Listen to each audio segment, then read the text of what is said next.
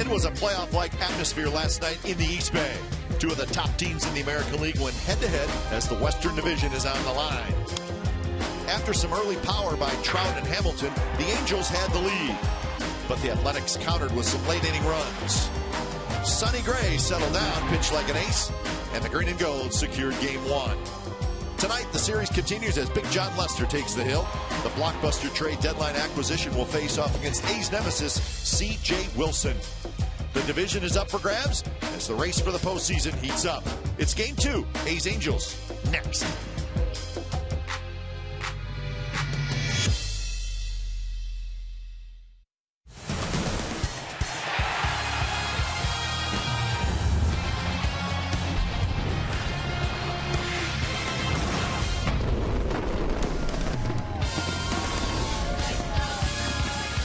Well, it is another night of pennant race baseball at the O.co Coliseum. The Angels and A's fans having a good time before the game. The standings, well, the Athletics now just one game back of the Angels thanks to their 5-3 win last night. And that's the matchup. C.J. Wilson and John Lester. That is about as good as it gets. Game 2 of the 3-game series is coming up. It's the A's and the Angels. You'll see it here on Comcast Sportsnet, California. Good evening, everybody. Welcome to Oakland A's baseball, along with Shooty Babbitt. I'm Glenn Kuiper. So John Lester making his 5th start for the Athletics. And Shooty, I think it's very fair to say that it's games like this. That's why the A's got the big left-hander. Well, depending on who you talk to, Glenn, and I mean there's a lot of opinions floating around here, this is a very big game, and to a lot of people, it's the biggest game in Oakland this year. John Lester is the hired gun. He was brought here to pitch big games. This one is very huge. The young man has poise, he has passion, and he's a winner. And the biggest thing of this, he is a big game guy, and this is the guy that the A's have on the mound tonight. All right, so John Lester, he's pitched well here at home. Tough outing in his last start. Got the loss against the Braves. For C.J. Wilson, not having a great year. His ERA's about 4.5, but Shooty, he's pitched very well in his last 2 starts, so maybe he's ready to pitch well in this pennant drive. The great Muhammad Ali had many people who did not like him because he talked so much stuff, but he backed it up. C.J. Wilson has voiced his opinion about his dislike for everybody in this building and everything about it. But the one true thing about him, he's backed everything up. He's had a tremendous amount of success against the A's. The guy has a big-time heart. He understands his craft, and he knows how to pitch. The A's have to get him in a hole, Glenn, and make him pay the price. All right, so 2 very good left-handers. Wilson and Lester are set to square off in Game 2 of this series. Lineups and first pitch when we come back to the Coliseum. It's the A's and the Angels. First place in the AL West on the line.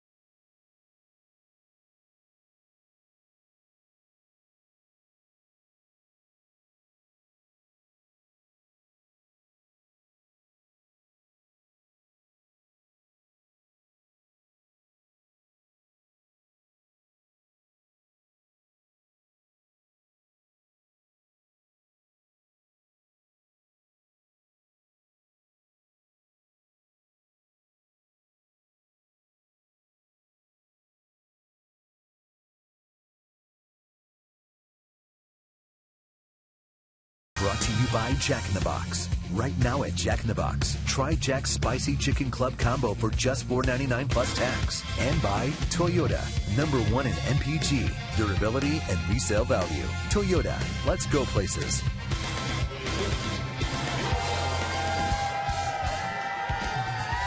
Well, the fans are ready, and so are we. Pennant race baseball from the Coliseum. Should be another good night of baseball between two terrific teams, the A's and the Angels. A's won last night by a final score of 5-3.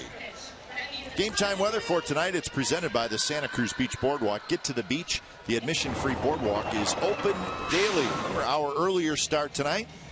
So temperature a little bit warmer, 69 degrees, not a cloud in the sky, and lots of sunshine in the outfield with the 6:05 start, but that'll be gone soon. So let's take a look at the lineup tonight for the Los Angeles Angels of Anaheim. Colin Cowgill will lead off in right field, and Mike Trout, Albert Pujols, Josh Hamilton, David Freese is going to DH tonight. Howie Kendrick will play second base. Then it's Eric Ibar, Chris Iannetta, and the newest Angel, Gordon Beckham, will play third base and bat ninth. Taking the mound for the A's tonight, he needs no introduction. Big game, John Lester, 3-1 with the A's since coming over from Boston. Was a losing pitcher in his last game, first time since June 7th. I'm sure he's looking to get back to his tradition, and that's winning ball games. And he kicks, and his first pitch of the game to Colin Cowgill is in for a ball. First pitch, 6:07. So we're underway, 6:07. Cowgill hitting .274, 5 home runs, 17 RBIs. He's 10 for 22 with 2 home runs against the A's this year, and had a pinch hit walk last night in the 9th inning against Doolittle, which was a pretty impressive at bat. He's really done a nice job for the Angels this year, getting a chance to play a little bit more.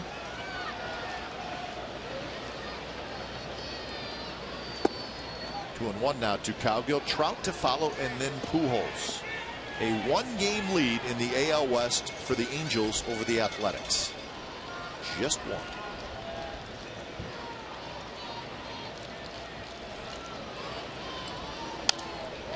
Cowgill hits one high in the air, right field line, and foul.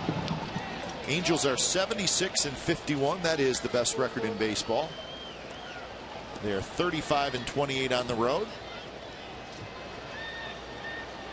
And they are wrapping up a long road trip. They're 6-2 on a 10-game road trip. So tonight, tomorrow, and then they will head home. And they will host the Miami Marlins Monday, Tuesday, Wednesday. So I'm sure the Angels are ready to get back home.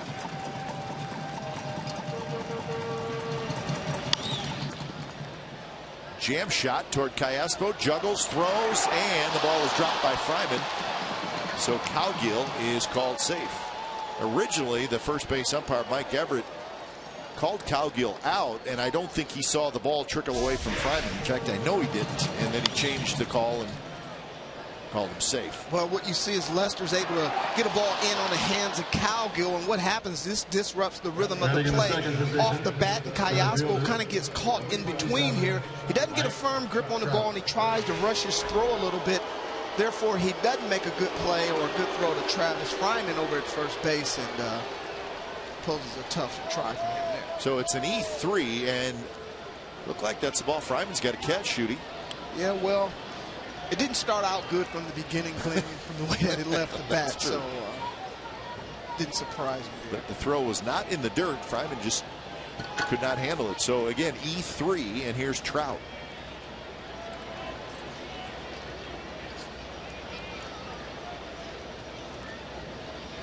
Trout takes outside.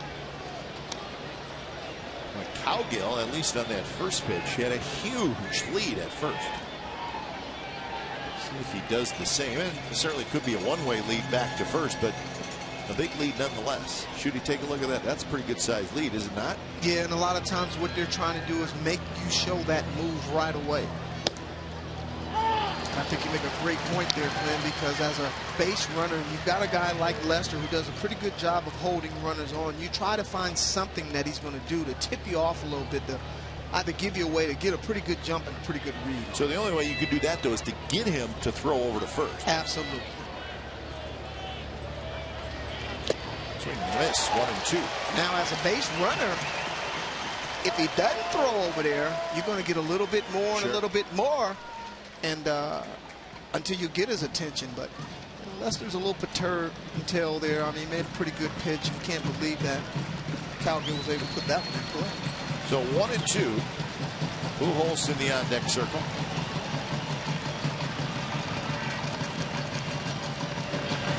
And a swing and a miss. He strikes out Trout for the first out.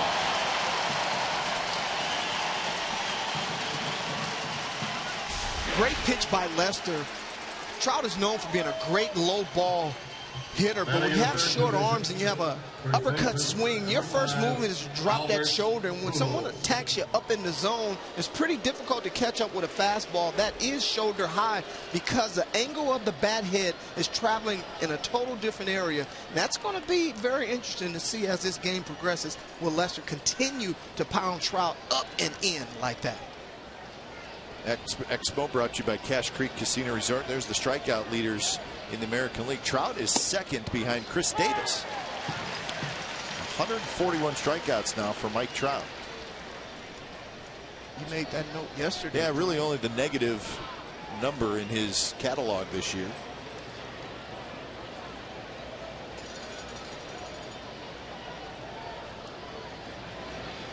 Pujols lays on. No, called a strike. Pujols can't believe it as he chats with Chad Fairchild. He thought he had a good take, but it's called a strike. Well, Pujols was kicked out of the game a couple of days ago for arguing with the umpire.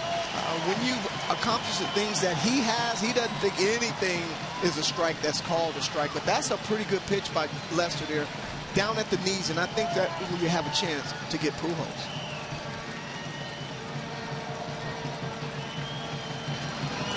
To pitch through Norris to the backstop, and Calgill will go to second.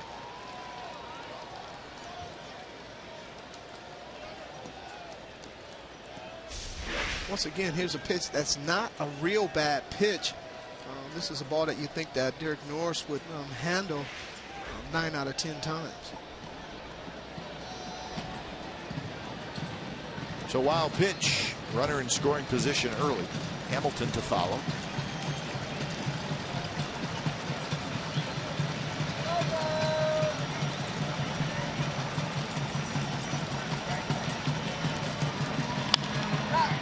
Shot toward Perino. He's going to go to third, and they got him. Heads up play by Perino. Base running mistake by Calgill, and the A's get the out.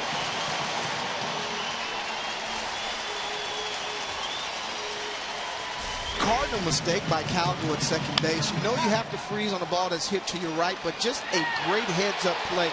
Instinctively, Andy Perino, seeing out of the corner of his eye that Calgill was going, makes a great throw to Donaldson there, and Calgill was out easily. No question about the call. There's the tag. Well before the right hand hits the bag.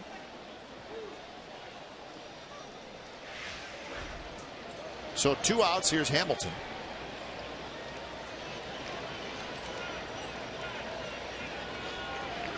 Shift is on for Hamilton. He takes a strike. Perino just to the right side of second base. Outfield playing slightly to pull as well.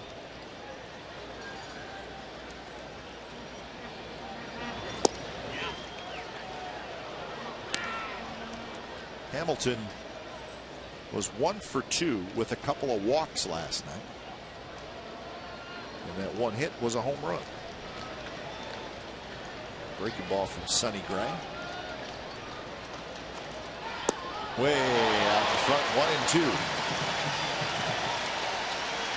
Almost feel like you could throw that pitch to Hamilton every time, and he would swing at it every time. Yeah. It's also a strike either way. Yeah, Lester, he just presents so great arm speed on everything that he throws, and that's what makes him so hard to see. That would flip towards shallow center. Perino hustling out, and Perino makes a nice running catch. So good inning for Andy Perino on the defensive side. Makes a couple of nice plays, and the Angels do not score in the top of the first.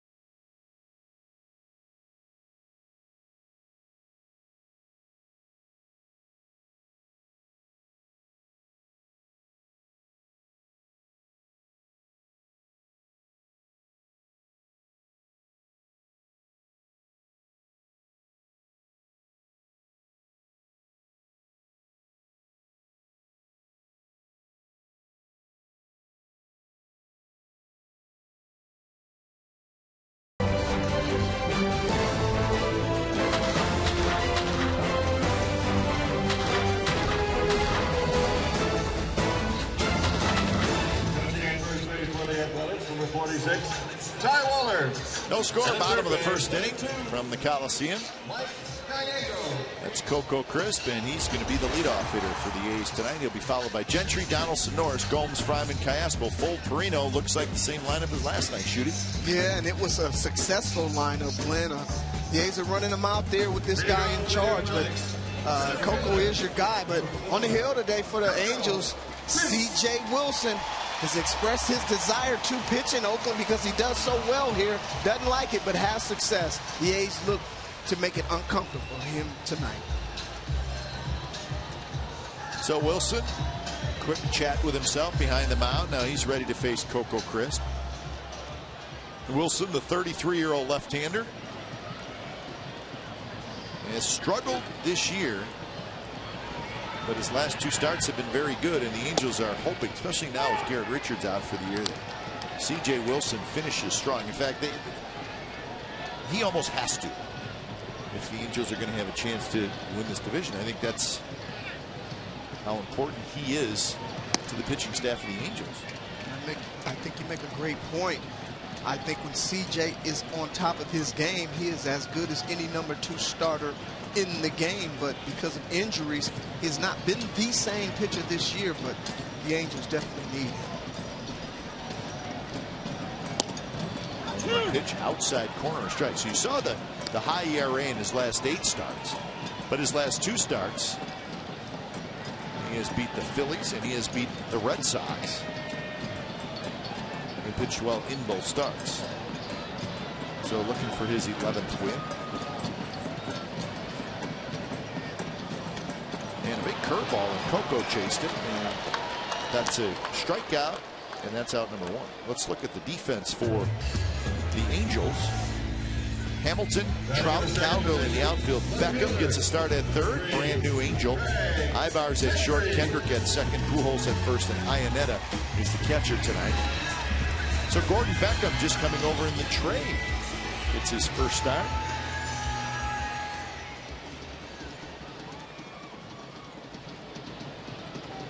So here's Gentry.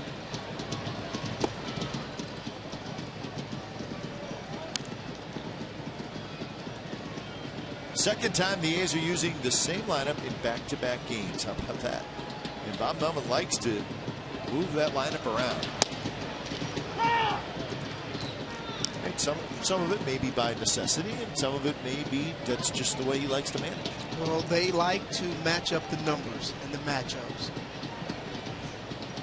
Some managers very much like to put the same guys out there for the most part in the same spot. Bob moves it around a little bit. But a winner last night against the left-hander Santiago, so same lineup tonight against the lefty Wilson.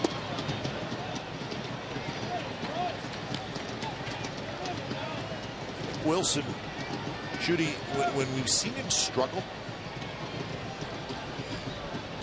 he kind of nibbles a little bit. And he's got good stuff, but he also likes to pitch to corners, which is not a bad thing. If he nibbles a little bit and maybe it's not a pitcher strike zone, that's when he gets in trouble, because he will walk people.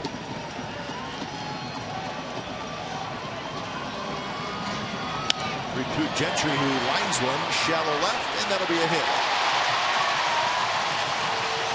So Gentry with a 1-out single. Time now for the Nissan keys to the game. The A's need to keep C.J. Wilson in the stretch. Now, his numbers against offenses when guys are on base are very bad, and when he has a chance to pitch out of the windup, guys don't have a chance. The A's have to continue to execute tonight. Make the plays, come up with critical hits with runners in scoring position. So Wilson.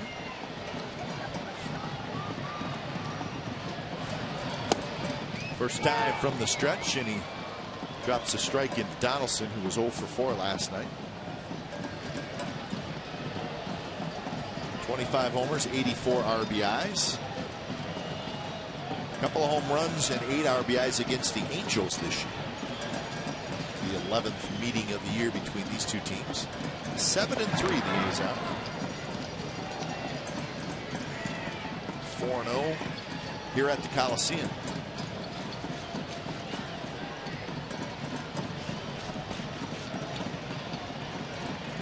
Norris to follow.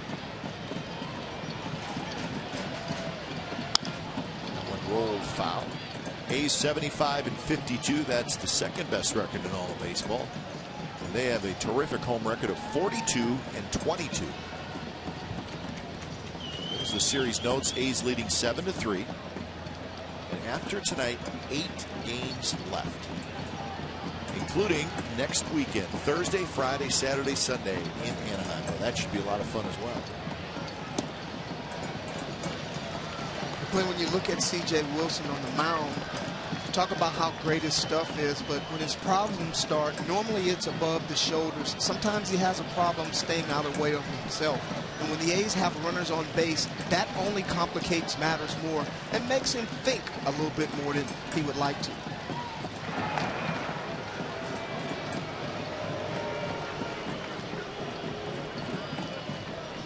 Been an all-star a couple times. Watched closely by his pitching coach.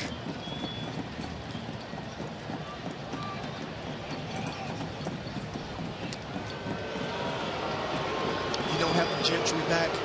That's a great dynamic that he adds to this lineup, because when you have guys who create the havoc on the bases that Coco, Chris, and Gentry does, it really makes this lineup just that much better.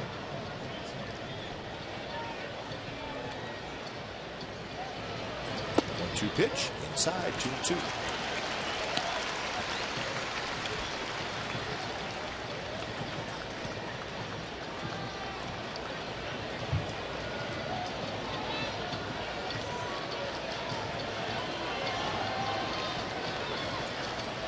So Gentry, the runner at first.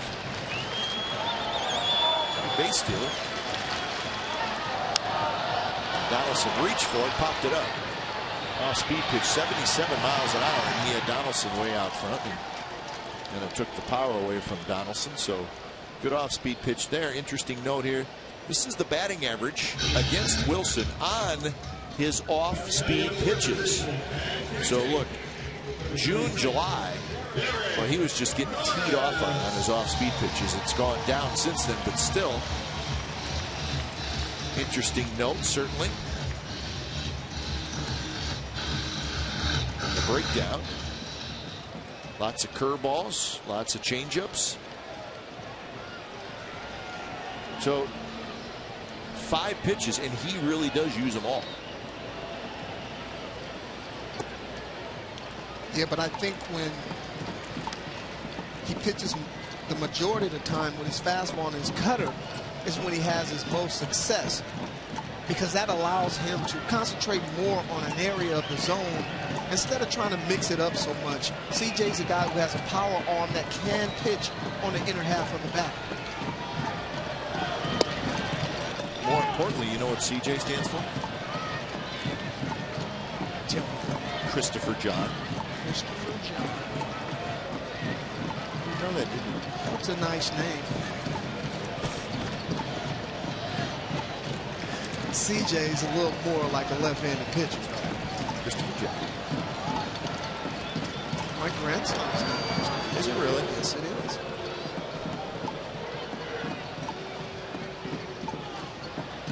Nice little guy, I bet. Oh, absolutely. Papa shooting. But we're not going to call him CJ because I want everybody to like him. Gentry runs, good jump, and pitch is called a strike. And Gentry steals the bag without a throw. Almost looked like Iannetta saw that Gentry had such a great jump, and he really had no chance. Well, I talked about how Lester had not shown his move. Gentry, being the great base runner that he is, seemed like he had it made up in his mind that he was going until C.J. Wilson showed that he would stop. 19th steal for Gentry. He's only been thrown out one time. 1-2 pitch, breaking ball. Norris chased it, side retired. So a runner left, couple of strikeouts for Wilson. We're on to the second, no score.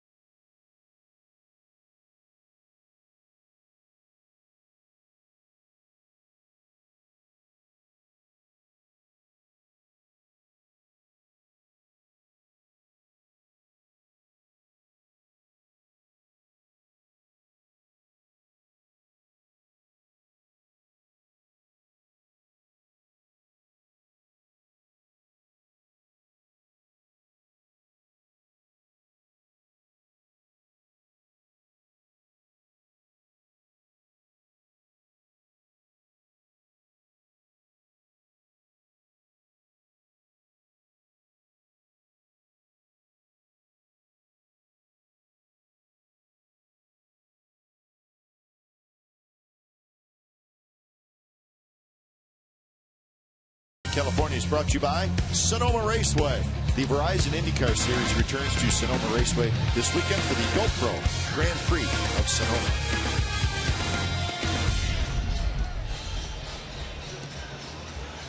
Top of the second inning. Both teams got a runner in scoring position in the first, but nobody get a run home.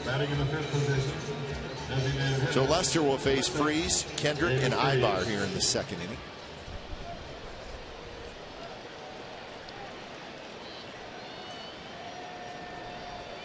.259 for Freese with 6 homers, 41 RBIs. A couple of hits last night, including an RBI single in the 9th inning off Doolittle.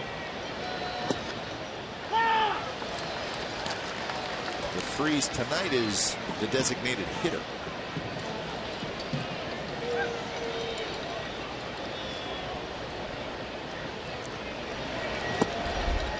And a quick 0-2 by Lester.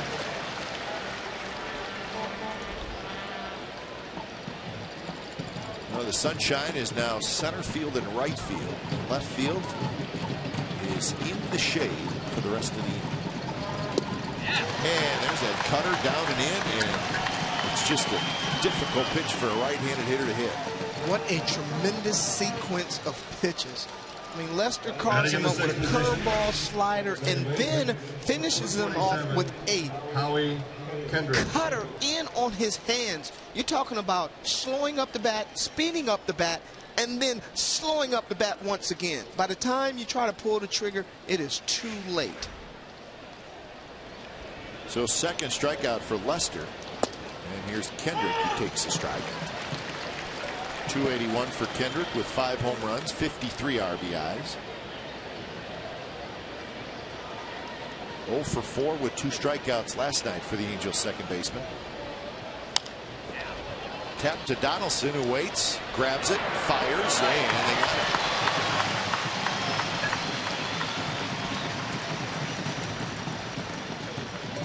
Close play at first with the out recorded.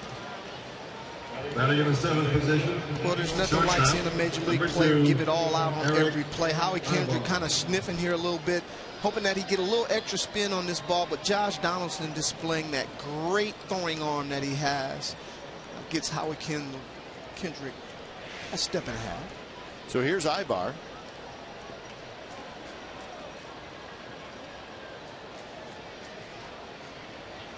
Ibar bluffs a bunt, takes a strike.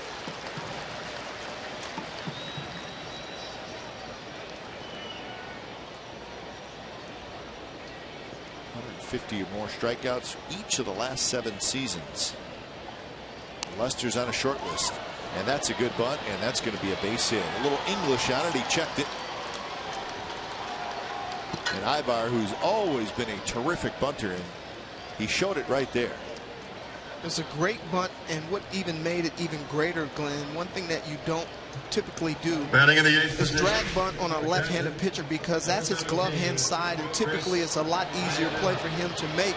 So you normally try to push that ball to first base, but Eric Ibar having great touch there and getting out of the box very quickly, able to catch John Lester off guard and make it to first base easily. So that's the Angels' first hit. And Ibar has 13 steals, so keep an eye on that as Chris Iannetta hits.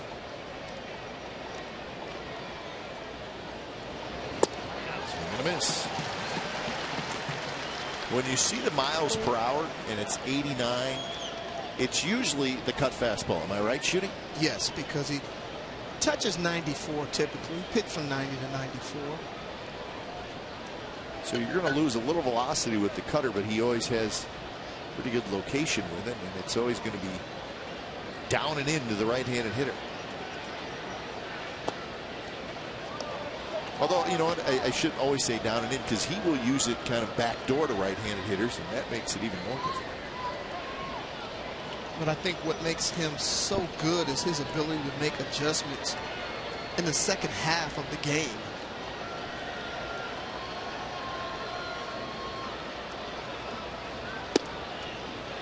One now to Iannetta. Ibar, another base runner for the Angels that is getting out there to a huge lead.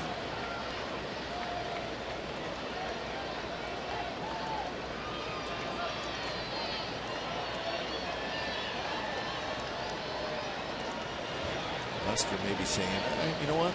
I know you want to see my move. I'm not going to show it to you.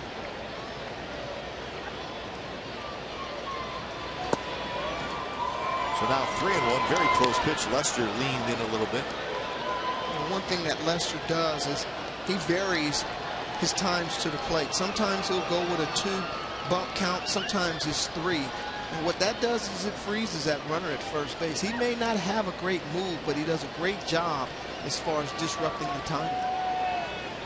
31% of his pitches are cut fastballs. Runner goes, and the pitch is low. 2-out rally by the Angels.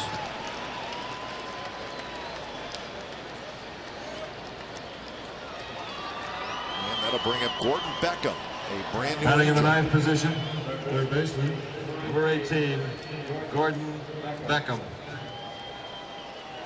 Acquired yesterday from the Chicago White Sox. Of course, everybody in the American League saw a lot of him. He was really the regular second baseman for the White Sox for 3 years now. And his name popped up a lot around the trade deadline.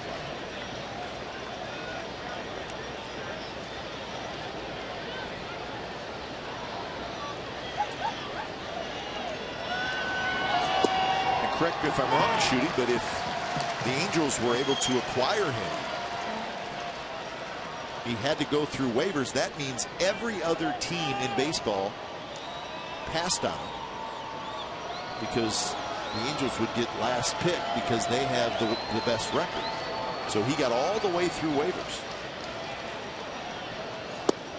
Does that surprise you? I mean, he's a regular second baseman, not having a great year, but. No, but that's typical of the type of guy that you can get on waivers. I mean, there is something about him that other teams just did not like, but the Angels can appreciate some of the things that he can do. And the only way you're going to get a player like that is when everybody else has their back turned on a player of this magnitude. He's an experienced player, and he has done well in this league. Fouls that one back. Beckham, a very high draft pick, top 10 pick of the White Sox, and had some decent years with the White Sox. Maybe never quite became the top tier player that they thought he would be.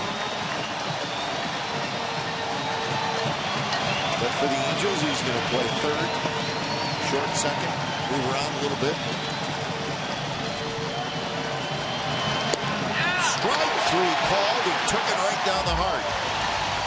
So Lester gets the strikeout, and the Angels strand a pair. We're going to the bottom of the second. No score.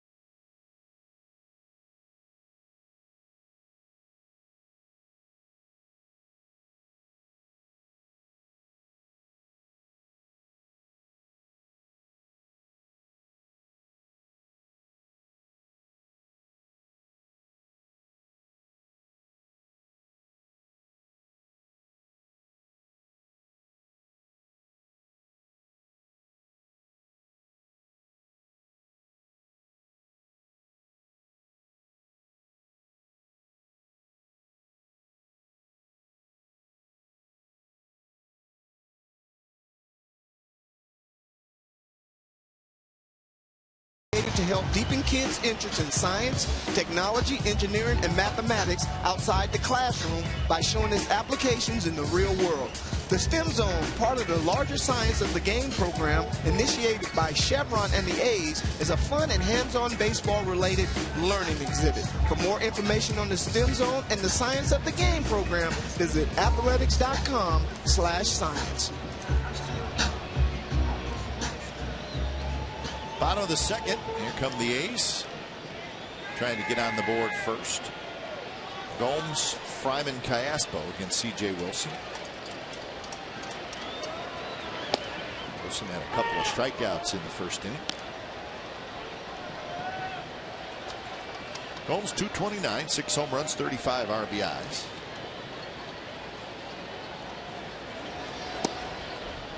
And fireworks after the game. Sellout crowd on hand tonight. Last night, close to a sellout, a little over 33,000. And Gomes with a shot to left center for a hit.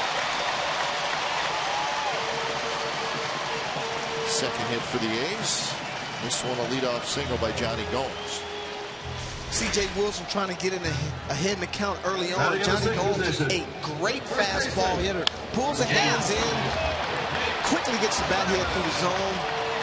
Trout knows he's better get that ball in very quickly because Johnny Gomes is a very aggressive player. So that'll bring up Friday.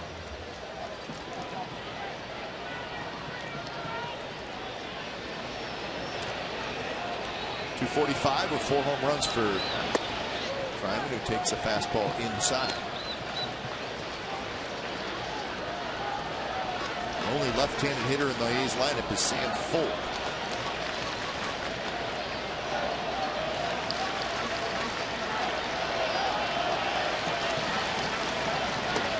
It's blocked by Iannetta. Throws to first, and Gomes, who had wandered off quite a ways, he has to hustle back. Chris Iannetta, one of the more athletic catchers in the game, shows you great feet here and the ability to shift his speed very quickly and make a really good snap throw down to first base. Johnny Gomes with good base running instincts down there after a great secondary lead. Gets back easy. Callaspo to follow, 2-0 the count to Friday. And a line shot, diving play by Beckham for the first down. Sensational play by Beckham.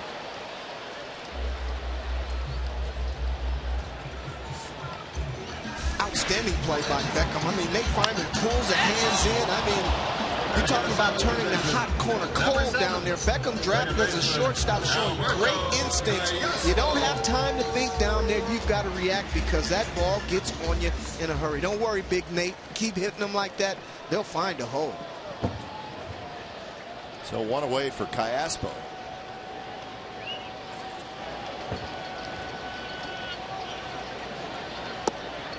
Well, you always think about the importance of a play. If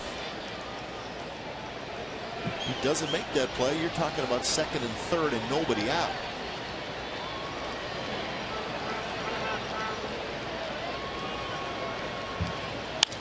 And there's a base hit left field. Callaspo trying to swing the bat better.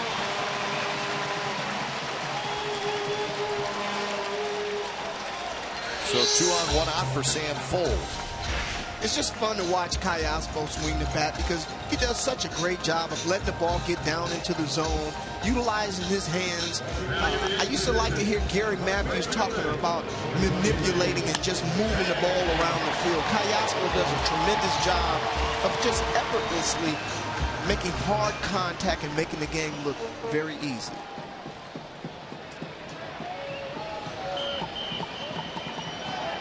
Here's Fuld. Side. Fuld had a big hit last night, the RBI triple.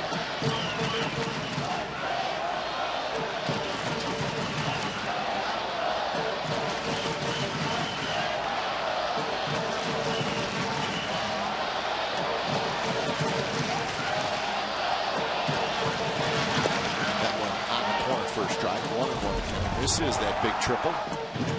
Well, Sam Fuld being aggressive early on in the count. Get over fastball, just didn't get in there quickly enough, and Sam Fuld just, boy, it's fun to watch the kid pick him up and put him down. Big hit in a big situation.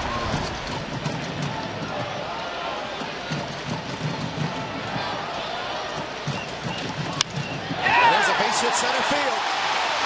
Gomes rounds third. Trout's throw to the plate is cut off, and now they're going to get Callaspo in a rundown. He's tagged out by Beckham for the second out, but Fuld with an RBI single, and the A's have a 1-0 lead. So another big hit by Sam Fuld.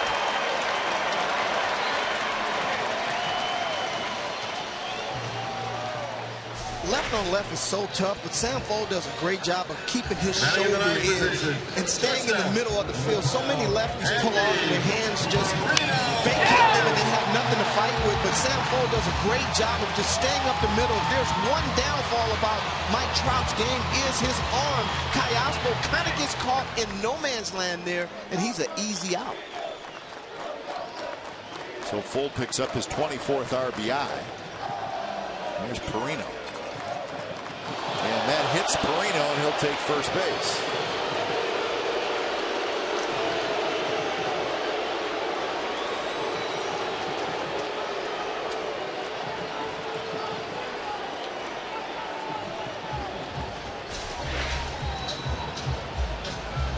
if you look at Perino, he has no chance to get out of the way of this fastball here. I talked about C.J. Wilson when he's pitching out of the windup. He just seems to be so calm here, but he's starting out establishing residence on the inner half of the plate and being able to hit his spot, but it seems like when he gets runners on base, he just has a difficult time commanding the zone. See what he does with Coco Crisp.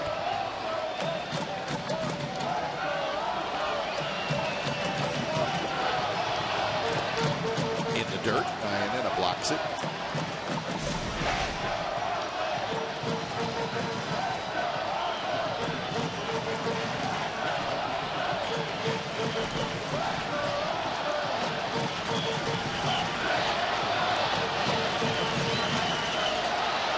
Bronco struck out swinging in the first inning.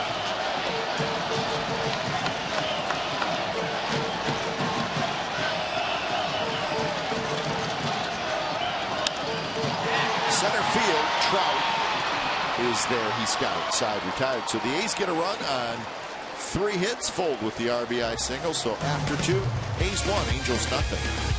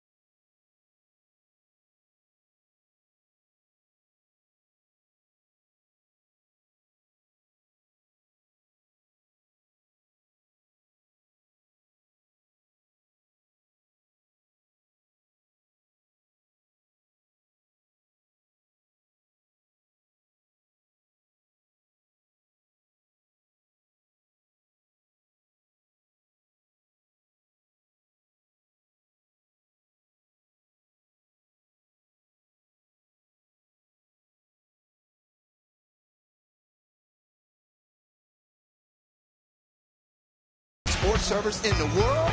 Well, guess what? It's now available. Join the millions of subscribers. Watch every out-of-market game live in true HD on over 400 devices. Visit athletics.com for your details.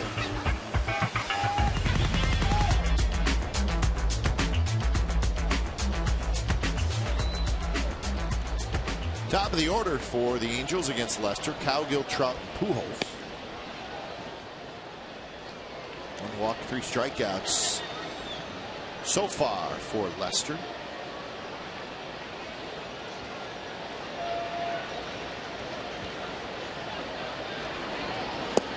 Cowgill reached on an air to open up the ball game.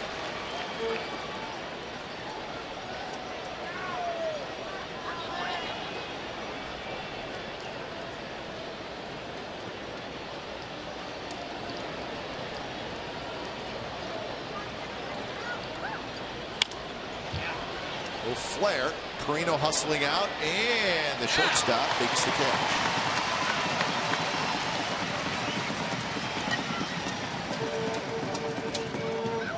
And that'll bring up Trout. Now batting, number 27, Mike Trout.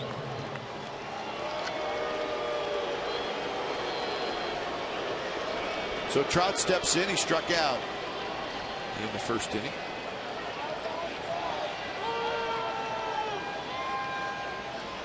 Home runs in 5 straight games here at the Coliseum.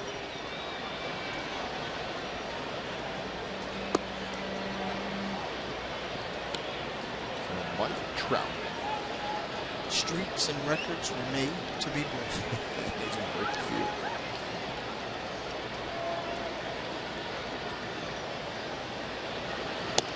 Trout got to the big leagues in 2011. He played in 40 games. Then in 2012, he started the season in the minor leagues. He played in 20 games, was hitting 400 in AAA, and that's when the call came. He's ready. Came back up. Terrific in 2012. Last year, same drill. Just that Miguel Cabrera guy standing in front of him as far as winning MVP awards. Yeah, he's okay. He hit a home run last night. Yeah, well, you know, Mike went fishing, and boy, he came up with a big trout right there. I mean, not many guys are able to just golf a ball that low in the zone. I mean, that was a real good pitch that he shot up out of the yard. And now 3-2 with Trout. 5th in home runs, 3rd in RBI, 2nd in runs, 1st in total bases, 2nd in doubles, 3rd in slugging, 7th in on base, 5th in walks. I think he's the leading MVP candidate. Lester doesn't care as he strikes him out for the 2nd time. That pitch may have been up and out of the strike zone. So Trout strikes out, stays at 28 home runs. There's where the home runs have gone. See, red is the fastball, blue is the change. A lot of slider home runs.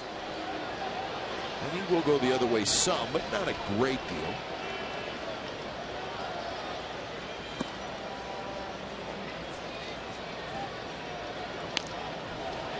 So Pujols steps in. He reached on a fielder's choice in the 1st inning. Calgill and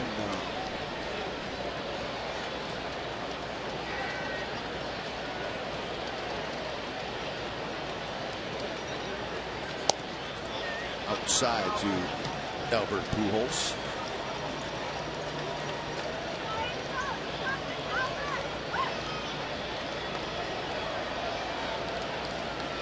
Pujols with 515 career home runs.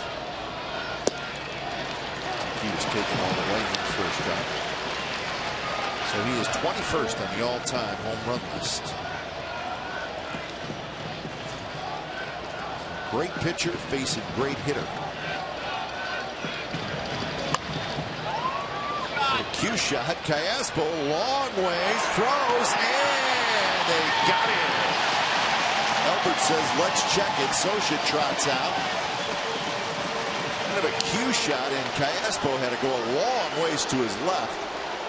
Pujols just does not run very well, but it was a very close play at first. In fact, Albert says, I'm going to stay here because I think I was safe.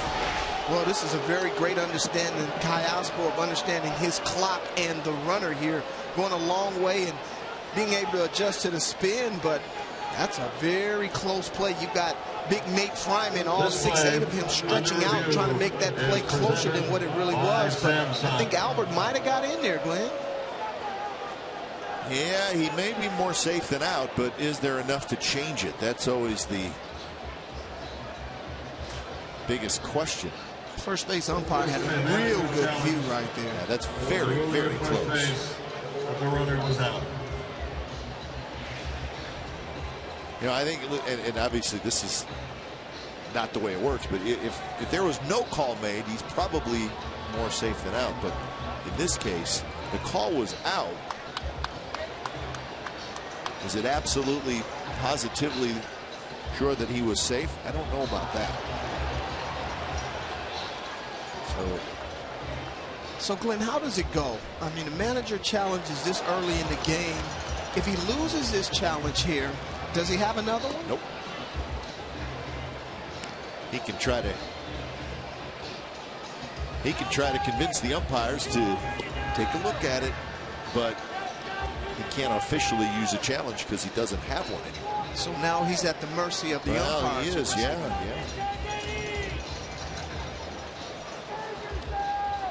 You know, it's a game in a game. that could be true, but knowing Mike Scioscia and the wise guy that he is, John Lester had a pretty good rhythm in this inning going here, and he was carving the Angels up. What better way to disrupt that right now? You're right. I do think some of the replay challenge, when do you do it? Do you do it early? Do you wait? This, that, the other thing. I think some of it becomes part of a manager's strategy. Gamesmanship. Yeah, they called him safe, so they changed the call, and it was a very close call. But those last couple of replays showed that he did look like he was probably safe. So Mike Everett, first base umpire, is corrected thanks to replay. Going on the field was overturned. Not a mistake.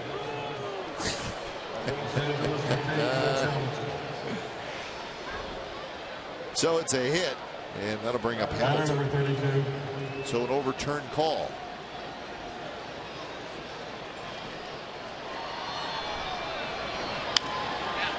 Hamilton slices one foul. Josh Hamilton. Right near one of our camera wells. Camera buckets, I guess, would be the proper TV terminology, shooting. Camera bucket.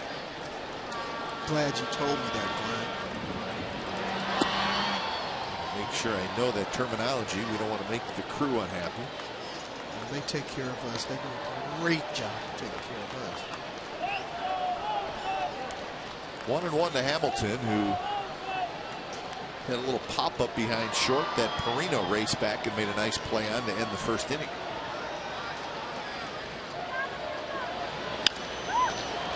Left side again, foul. This one up over top of the A's bullpen. Josh Hamilton having a little problem with his rhythm, but when you get a hanging breaking ball and you start leaking out a little bit for a left-handed hitter, the one thing that he does normally is have those hands left to fight with. And when it's on the inner half, Josh Hamilton's a big boy. He can do some big-time damage. Setting up outside. Pitches in the dirt. 2-2 the count. It's amazing the adjustments that hitters make. Hamilton was starting to have a little more success, and they talked about the toe tap. Well, he got into a little funk right away. He gets rid of the toe tap.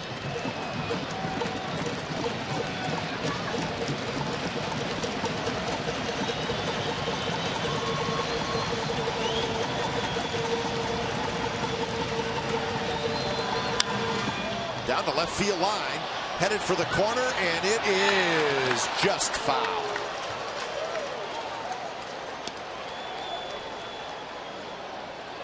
When you talk to Angel people and you ask them, where do you see the signs where Hamilton is starting to make progress? Boy, oh boy, it's good that that ball had a lot of hook on it there, Glenn. It's when he's hitting the ball to left field, staying on the ball a little longer. I mean, this is a guy that has 80 power on a 20 to 80 major league scale. He can hit the ball out of any part of the park. Most of the time, you'll see pitchers, when they attack him, it's either far inside or 5 or 6 inches off the plate.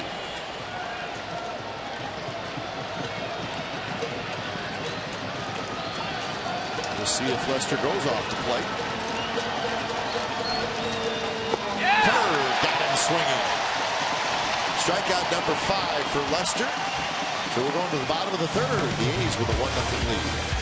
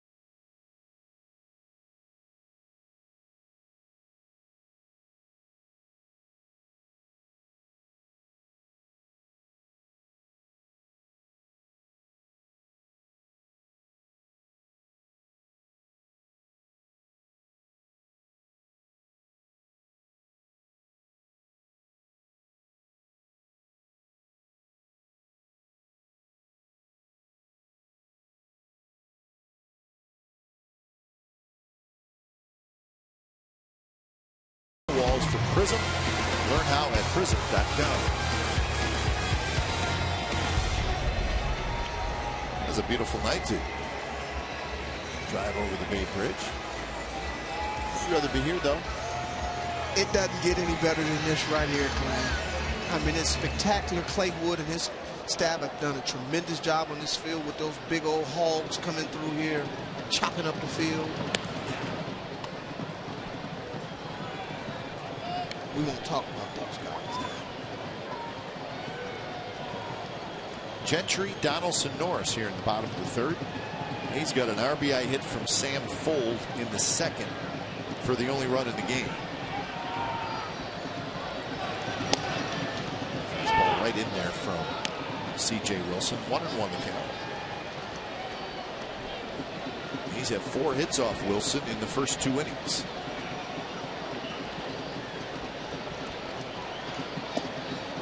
Again, Gentry takes a fastball for a strike.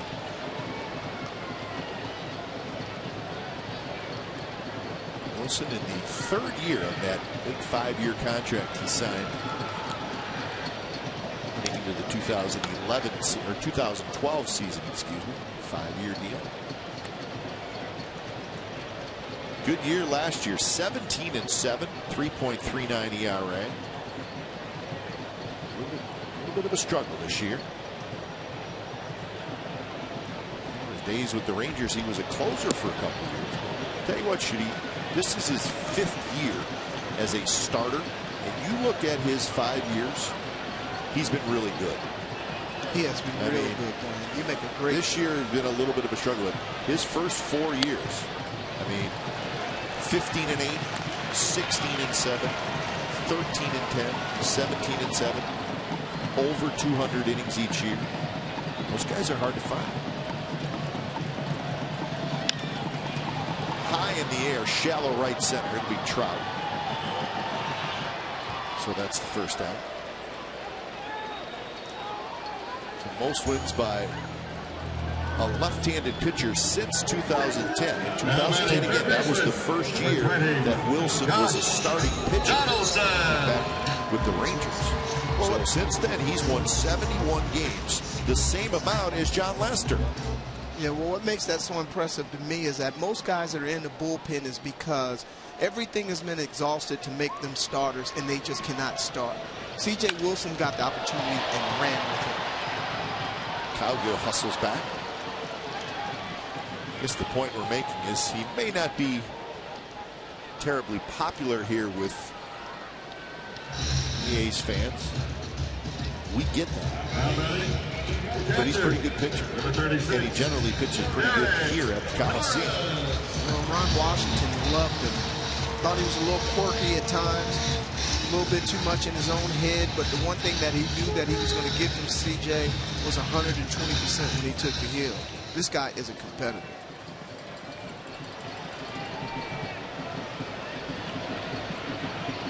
Some time on the disabled list this year. Sprained right ankle. Was back in July. 0-1 to Norris, who struck out swinging in the first inning. Wilson looking for his first 3 up, 3 down inning.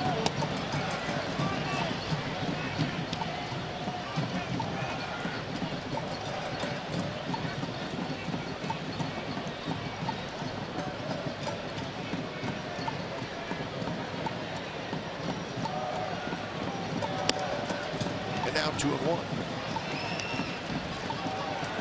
Norris hitting in the cleanup spot for the 2nd game in a row.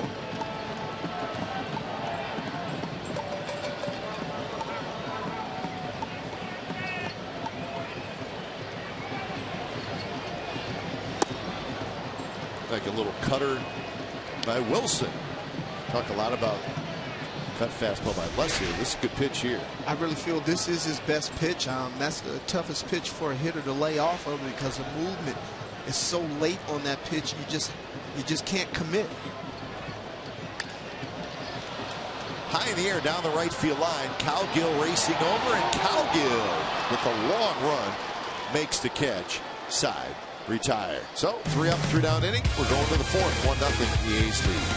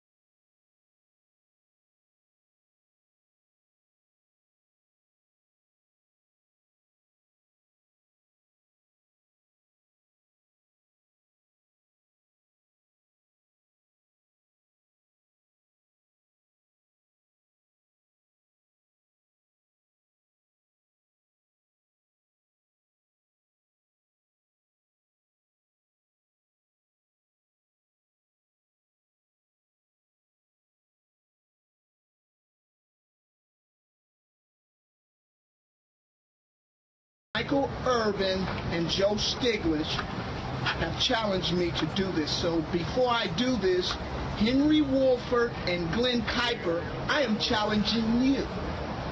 So I know I have to do this right.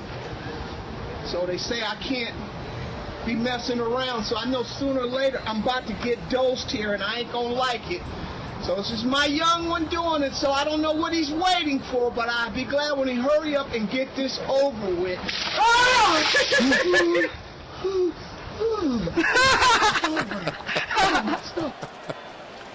Oh, man. Donaldson, long throw. What a play to get Freese. So David Freese goes after the first pitch. And Donaldson, nicely done, well behind the bag at third. How appropriate. I was froze. It is a wonderful sight to watch catchers who end up playing third base and show off that tremendous throwing arm at third base to get on top and create the carry that they're able to do. Josh Donaldson, talking about Gold Glove candidate here. Glenn? So right after we show that, the first guy that bats name is Freeze. Are you serious? Unbelievable, man. How does that happen? So you challenged me? Really? Absolutely. And the guy that you are, I know you're going. Do you have confidence that I accepted your challenge? Will you pour it on that pretty hair of yours when you do it? How do you know I haven't done it already? You're the guy that you are. I got a pretty good feeling. You got something up your sleeve here. You're a man of your word. The ALS Ice Bucket Challenge. And it has been a phenomenon, but it's pretty fun, and it's for a great cause, obviously. Raise money for, try to find a cure for a disease that's been around a long time, unfortunately. Well, you know, my youngest child, Miles, is the one that I had to chastise the most as a kid. So he took a lot of pleasure in pouring that ice water. Oh, man, did he ever.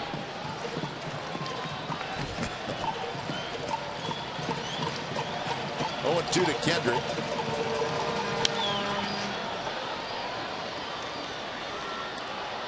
Kendrick bounced out to third in his first at bat.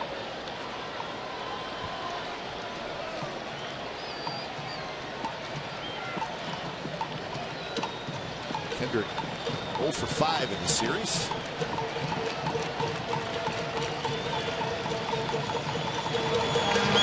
There's a curveball. Teases Kendrick a little bit. Ibar to follow. One out here in the top of the fourth inning. John Lester nursing a 1-0 lead. Now 2-2.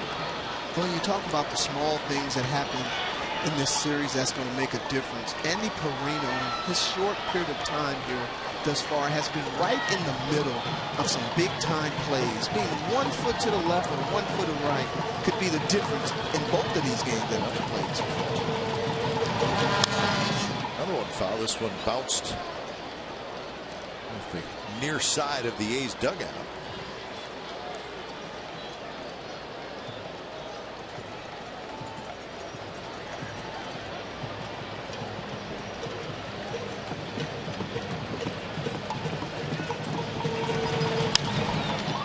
Drive to right, full hustling back, and he reaches up, makes the catch, and that's out number 2. All right, Judy, I took your challenge earlier today.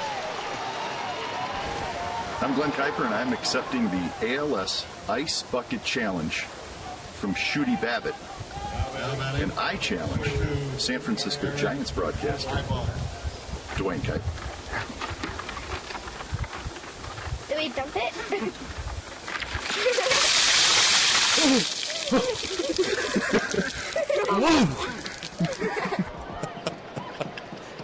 They thought it was the greatest thing ever. We had a lot of fun this morning. Oh, my goodness. We had a lot of fun this morning. Big plans. Oh, man. They were planning this for 2 days. What time in the morning did you do this? It was about 10 o'clock. Wow, the kids got up easily. Oh, yeah. They were challenging their friends. They wanted to do it twice.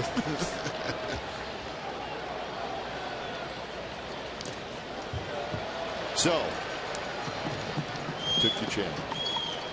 Great job, my man. Morris is going to walk this one off.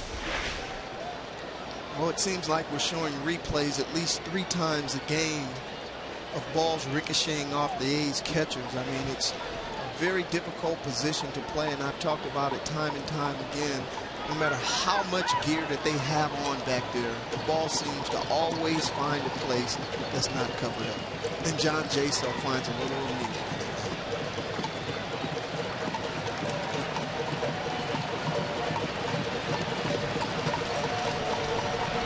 To pitch in the dirt. So 1-2. Lester looking for that first 3 up, 3 down inning. He's had some traffic the first 3 innings, but he's kept the Angels off the board. Ibar shoots one toward Fryman. Nate's going to hustle to the bag, beats Ibar, and there is a 3 up, 3 down inning for Lester. Bottom of the 4th inning, Gomes, Fryman, Callaspo coming up. Oh, yeah.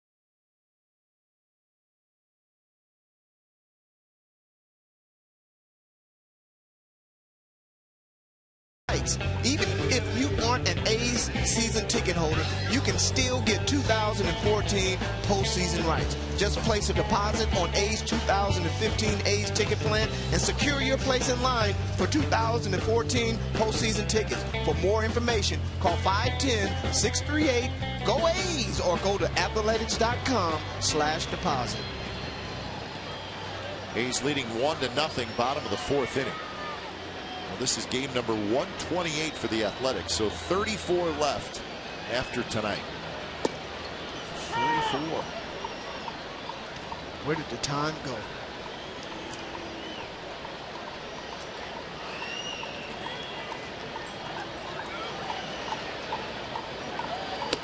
Same amount of games left for the Angels, so.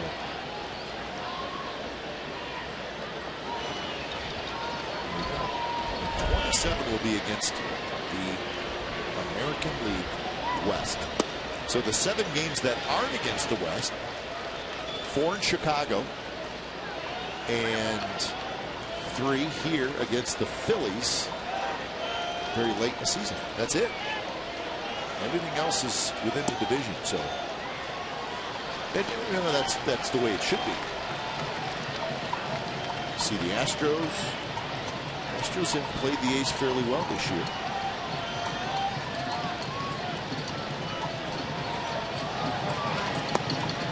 Three-one pitch is low, and Gomes, who led off the 2nd inning with a base hit and scored, leads off the 4th inning with a walk. Well, Glenn, there won't be any gimmies. And this long 162-game season, Now, in the outset, we said it was going to be a dogfight in this American League West. And Houston and Seattle both are going to have a lot to say about it. Last night, you alluded to Seattle being in a tough game. They came back and put 5 up late in the game and ended up winning that game. And won again today, shooting 7-3 at Fenway, the Mariners. So Mariners just really having a very good season. They're now 70-58. So the walk for Wilson is 62nd of the year, and we said that at times he can lose the strike zone. He's always been that way.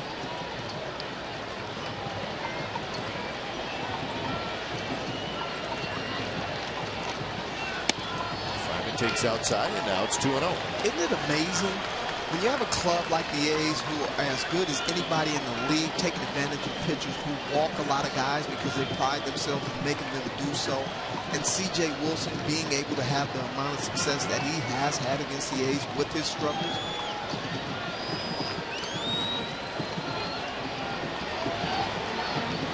That one's in there for a strike. The thing is at times we've seen him get a little frustrated too with umpire.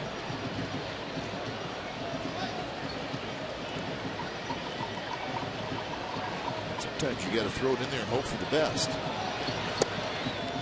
And now it's 3-1. So a close pitch, but looked like it was a little bit down.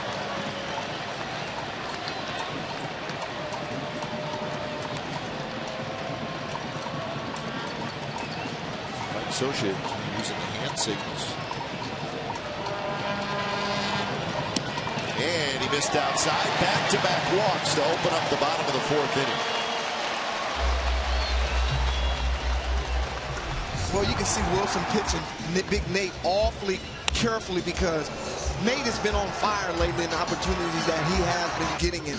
He provided the A's with 2 big swings in Atlanta last week against Mike Minor, their guy who's been pretty tough on everybody. But Big Nate, just reflective of everybody in this lineup who gets an opportunity, comes through. And boy, oh boy, Big Nate, I think he's going to be big for the A's as they go down the stretch, Glenn.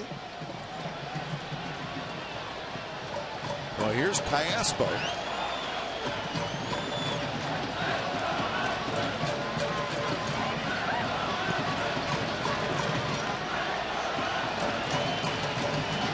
Callaspo shows bunt, and it's a strike.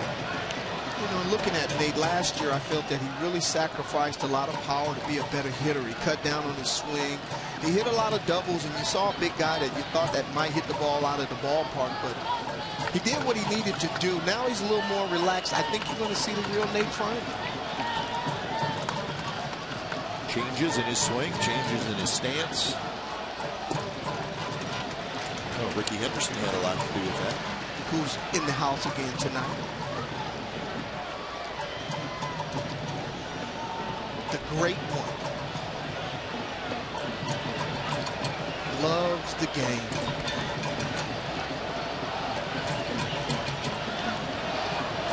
The 1-1 to Callaspo with full to follow. There's a strike. For 1-2, you see Wilson really working the bottom of that strike zone, trying to get a double play somewhere.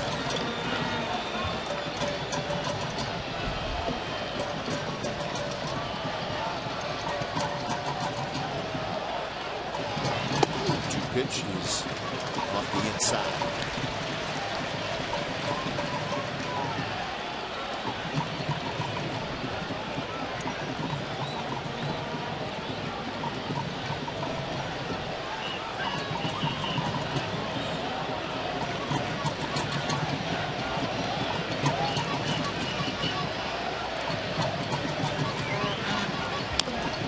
Tap slowly to Beckham. Beckham fires the second for 1, back to first, and they got it. So Wilson, they really got what he needed, a double play, 5-4-3, and that's 2 outs here in the fourth. Gomes now at third. As well as Kayaspo swings the bat. This is the one place that you probably didn't want to see him hit the baseball, because that's probably the easiest way for the Angels to turn a double play there. Nice little easy two-hopper to Beckham here.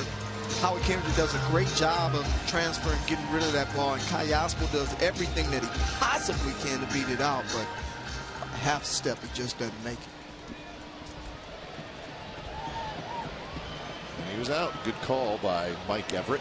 Very close. So Sam Fuld, see if he comes to the rescue again. RBI single in the second. And that one almost hit him.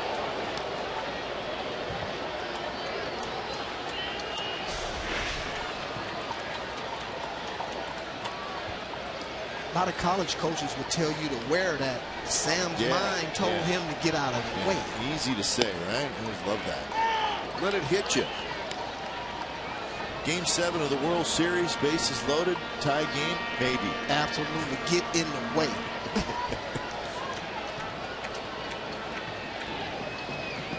August 23rd, maybe not.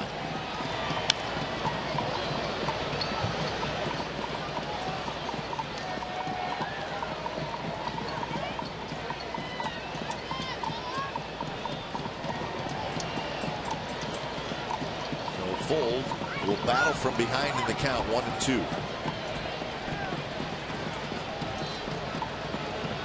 .64 pitches for Wilson in the fourth inning. So fairly high pitch total for him.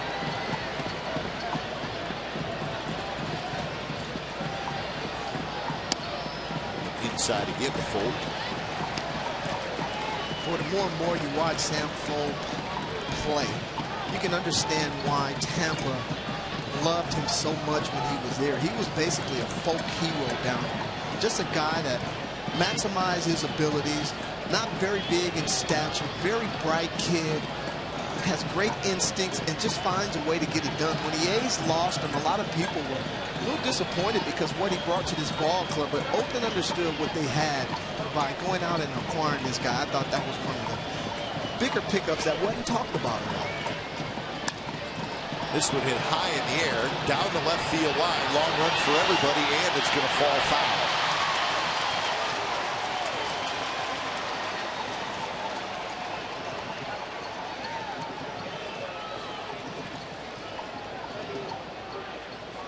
Pitches per inning, nearly 18.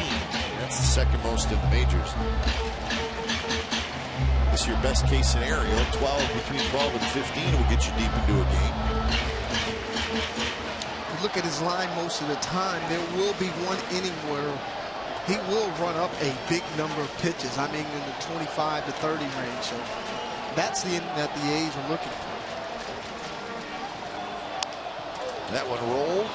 Kendrick charges, flips to first side, retired. So the A's threaten but do not score, and we're moving to the fifth inning. It's the Athletics 1 and the Angels nothing.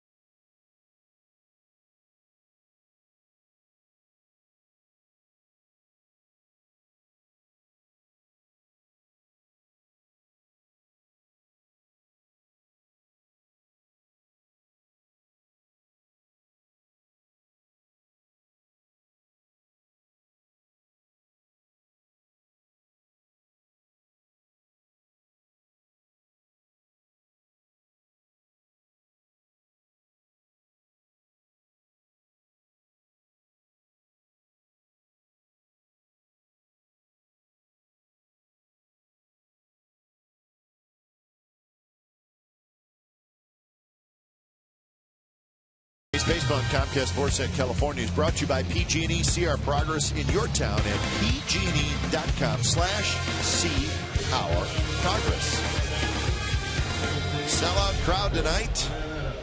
36,067. That's the 13th sellout this year for the Athletics. He's got a chance to get to 2 million this year in attendance. It's been a while since they've done that. That would be a nice accomplishment.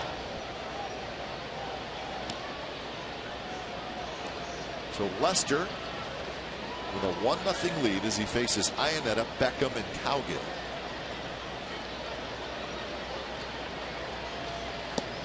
Right on the outside corner with a strike.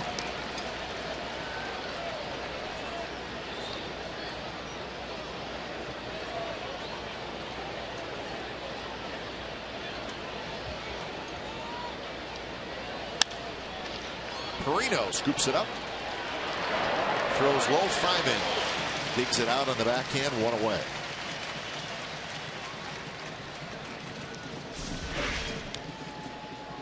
Big Nate over there showing why those big long guys are great targets to throw at. Every now and then they'll have to dig one out of the dirt, and Nate makes a short hop into a very easily looking play there.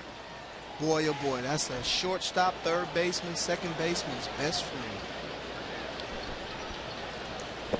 So here's Beckham, the 9th place hitter. Struck out looking in the second inning. That came with a couple of runners out.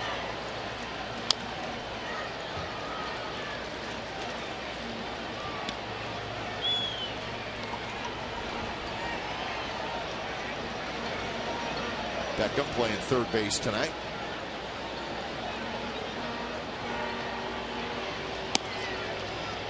Beckham's old team, the White Sox. Now lost 5 in a row after losing today. 11 games under 500. So winning a save in that picture. From last night, Gray got the win, Doolittle got the save. Do you think Sonny will ever be able to grow a beard like that? No. The babyface one? Yeah, I don't think so. I don't think they're talking about the 9th inning last night. Strike 3 call. There's that little cutter, maybe a little slider, back door, and pitchers love the pitch. Hitters hate it. Sonny was so good last night. Just the composure and the ability to execute pitches when he needed to. Throwing pitches out of the zone, in the zone for strikes. Starting pitches in the zone and ending up out of the zone. The best pitch in baseball. The one that looks like you can hit, but you absolutely have no chance.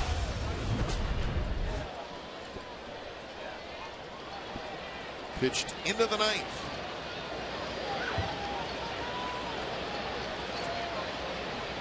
Here's Cowgill, who takes a big rip at the first pitch. When I look at Cowgill, Glenn, those are the guys in this lineup that scare me the most. You think about previous players for the A's, Rajay Davis, Donnie Murphy, guys who've done damage. Make sure you pay attention to Cowgill. To left field. Gentry moves to his left. He's got it inside, retired. So 7 in a row retired by Lester. Bottom of the 5th coming up. 1-0 the Athletics lead.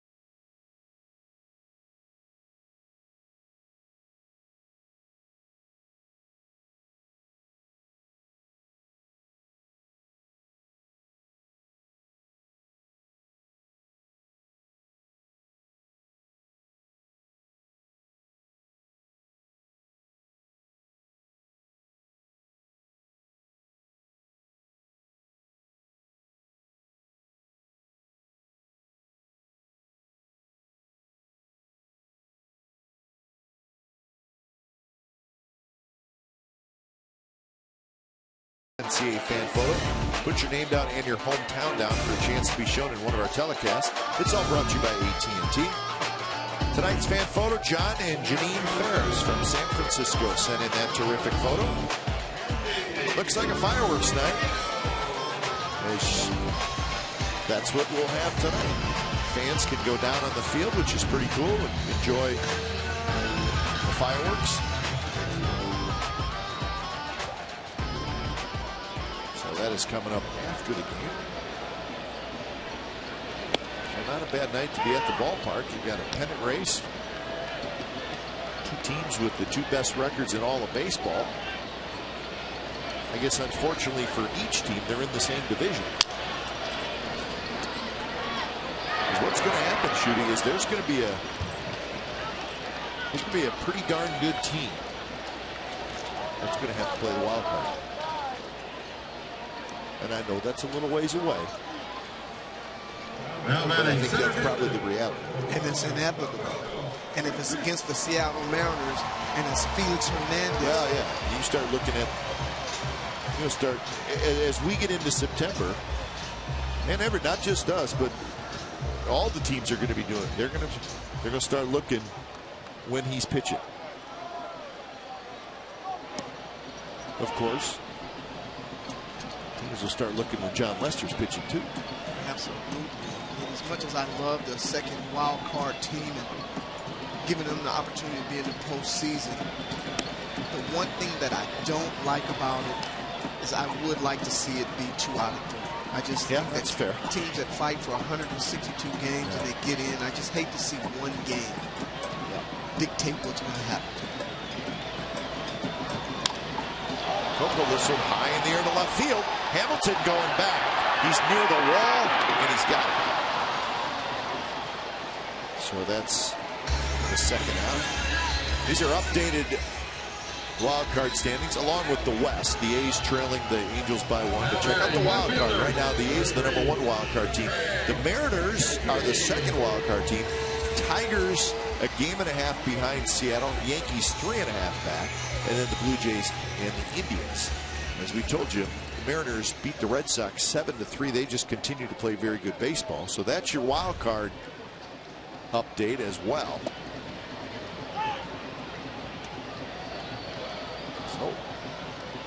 Just going to have to sit back, enjoy, and see how it all works out.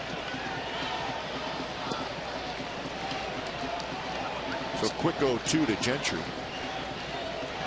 That's why I love baseball, Glenn. You just can't predict what's going to happen.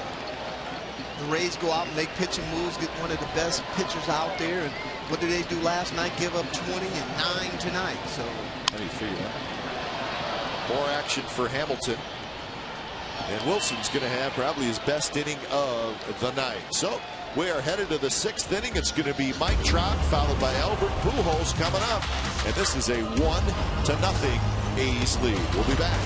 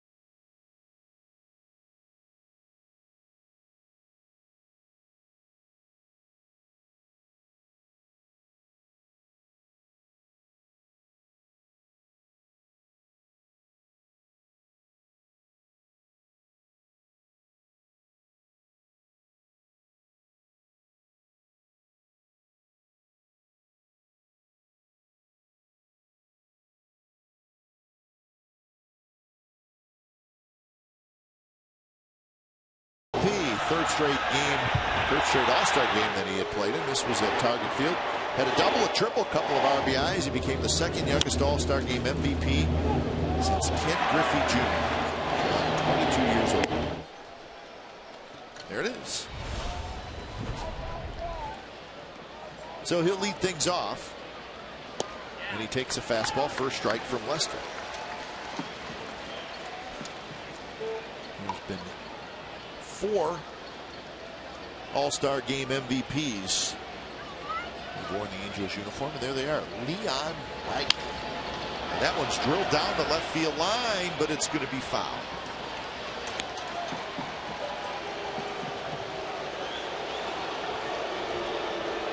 Angels fan grabbed that foul ball. And well, Lester's staying in on Trout. One of his greater talents as a pitcher is being able to read swings. One thing that Trout has not shown, the ability to get around on Lester's fastball up and in. A good 0-2 pitch there by Lester. Couple of strikeouts for Trout tonight.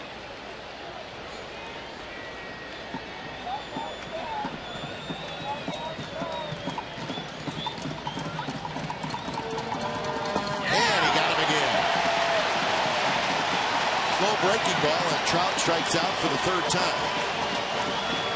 Well, you get a hitter starting to look in one area, he starts cheating a little bit. What happens now? Lester gets Mike Trout to collapse on that front side, and what happens? A little premature swing here from Trout, and he can't keep those hands back, and when you do that, you're in no man's land. So 7 strikeouts so far for Lester in 5 1/3 innings. Here's Pujols. Swing and a miss. Pitch out of the strike zone. Pitch number 80 coming up for Lester.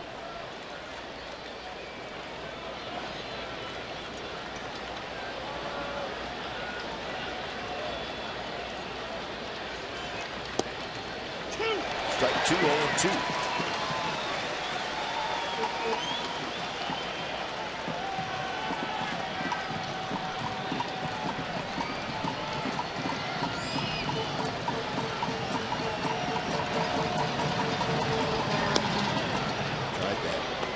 Backdoor breaking ball, but missed well outside. So 1-2 the count.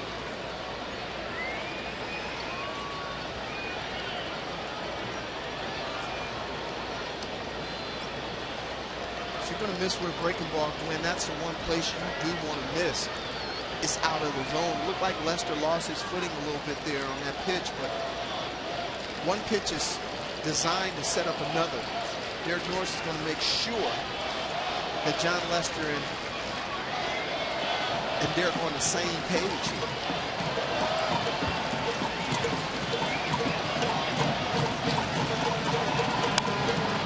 Reach for, poke toward Gentry, who hustles over and then back a couple steps, 2 outs.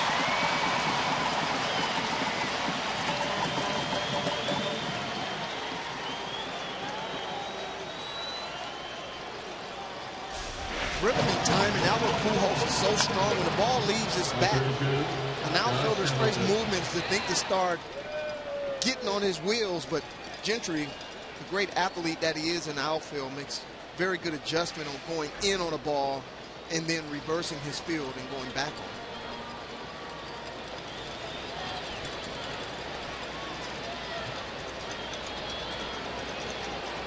it. So 2 outs for Hamilton.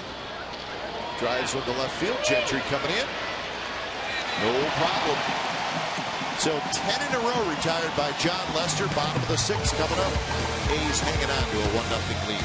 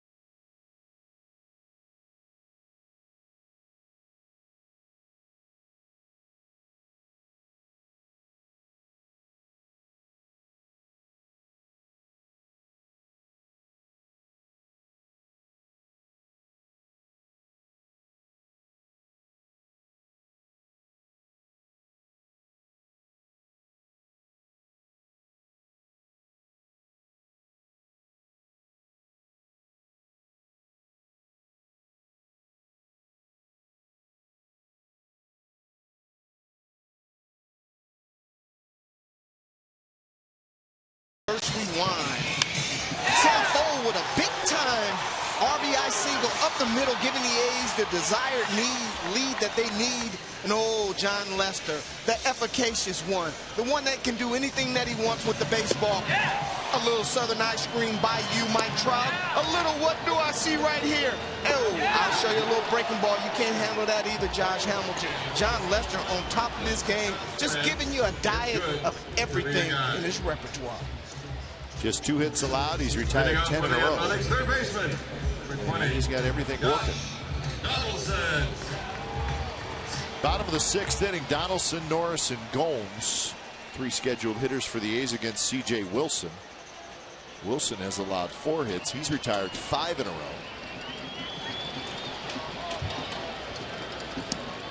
First pitch, curveball, outside corner for a strike. Glenn, I think you have to say we've got us a good old-fashioned pitching match here, bro.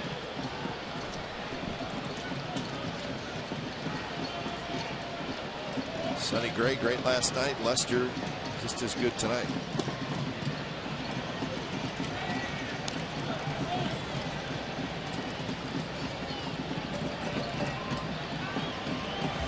Donaldson with a pop out to second and a fly ball to right.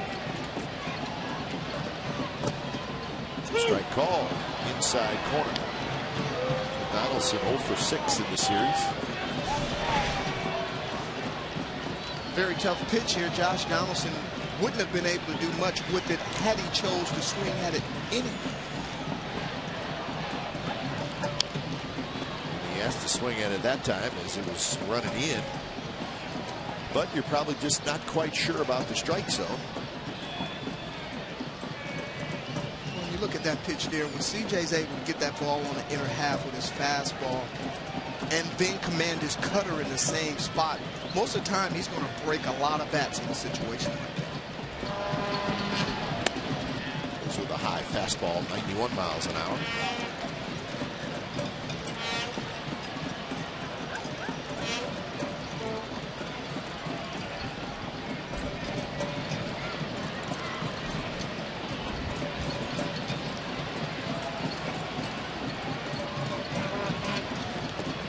Donaldson is able to check his swing, so a full count.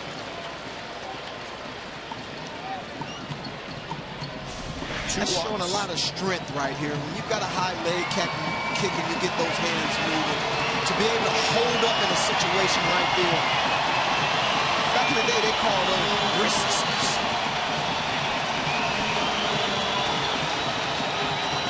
3-2 pitch. Not close. Wilson really overthrew that one. Not sure what he was doing, and it's a walk. 3rd walk by Wilson. He's walked 3, struck out 2.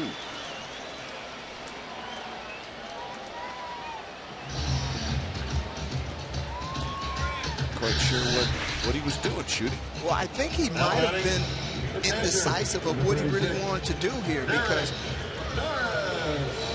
it seemed like he changed his arm slot a little bit. Cleat might have got caught in the dirt.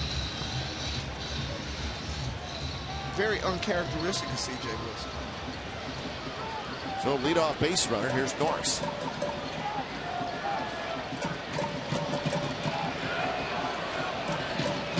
Norris a strikeout and a fly ball to right field. Fouls that one back.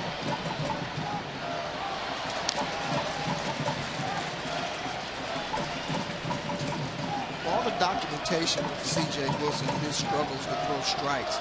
2 walks tonight, 3 walks.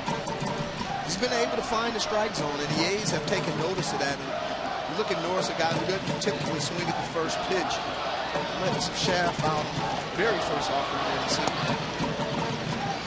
It's almost like he's been able to find it when he's had to.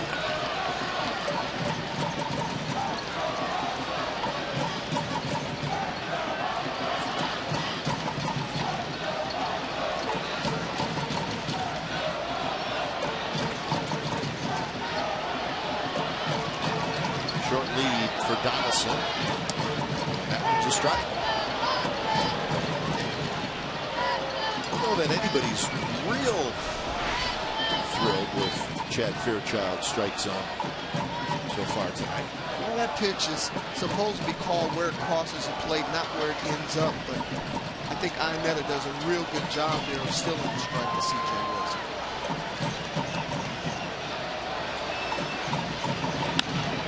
Another foul ball. Norris hanging tough against Wilson.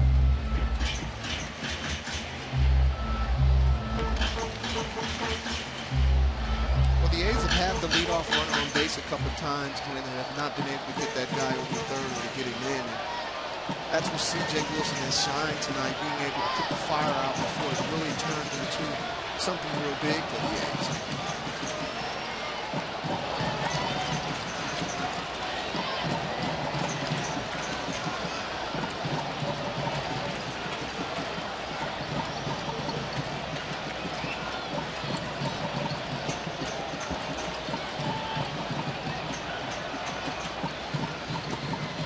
Nicely by the catcher Iannetta.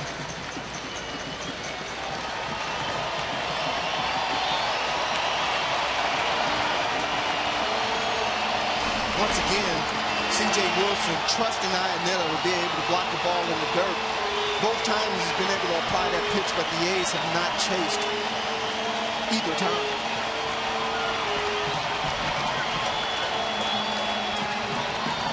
So Norris has the count even, 2-2.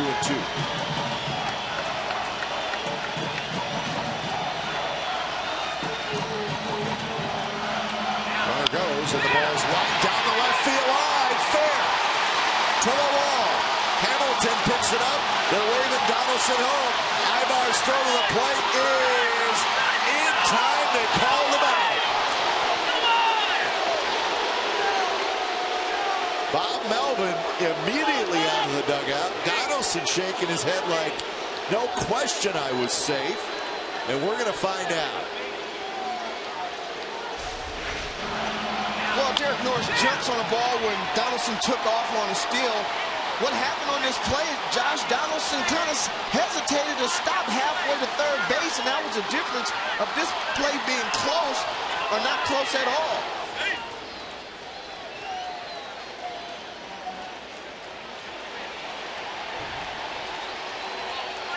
But his left hand touched the plate.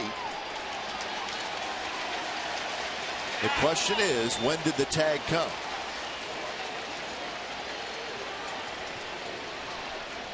Watch the late touch of the plate by the left hand.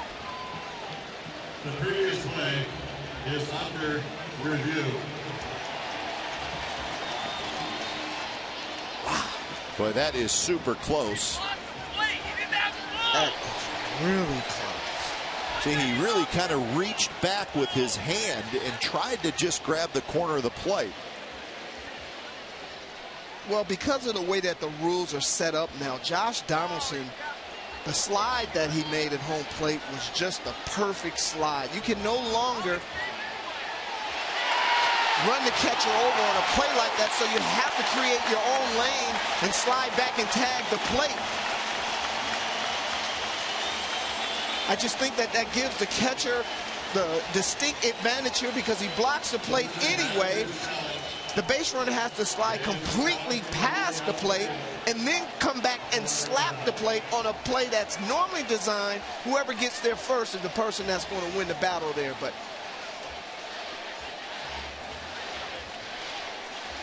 see when he tags him. He's in there, Glenn. I think he's in there.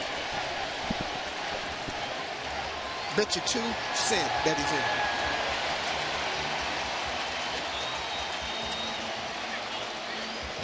Any run in a game like this is just huge. Well, this is what this was designed for, to make sure that you get the play right. It's a 1-0 game. Bang, bang play.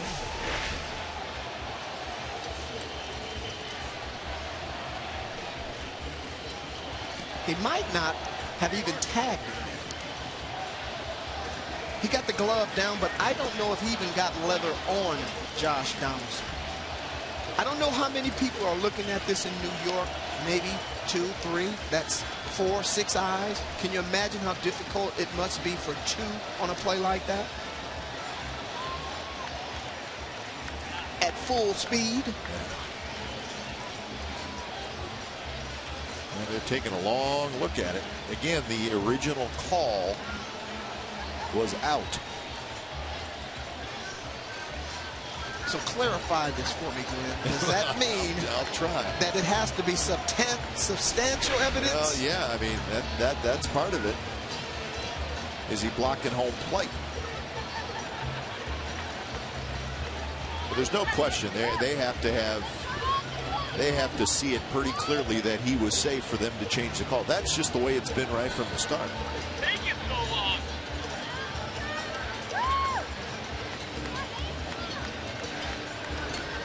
That was a pretty good effort, though. Pretty good effort.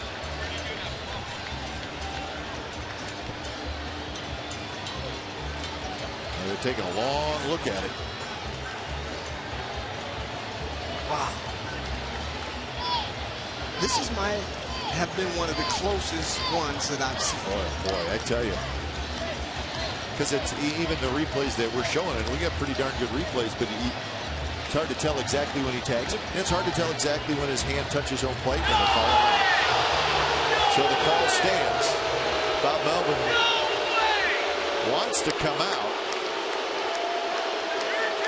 Home plate umpire Chad Fairchild put his hands up, says you can't argue.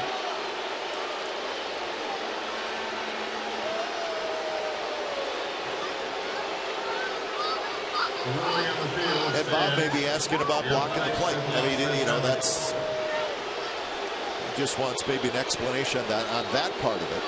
Definitely, he wants clarification.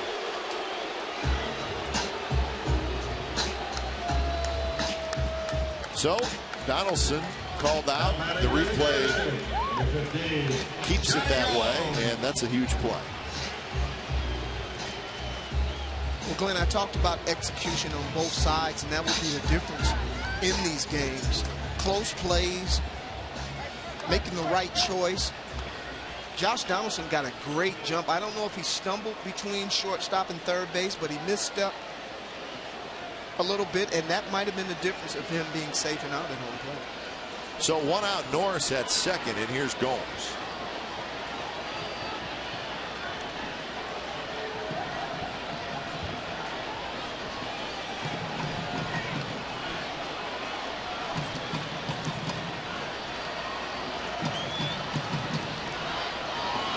First pitch, a hard slider, and Gomes swings over time.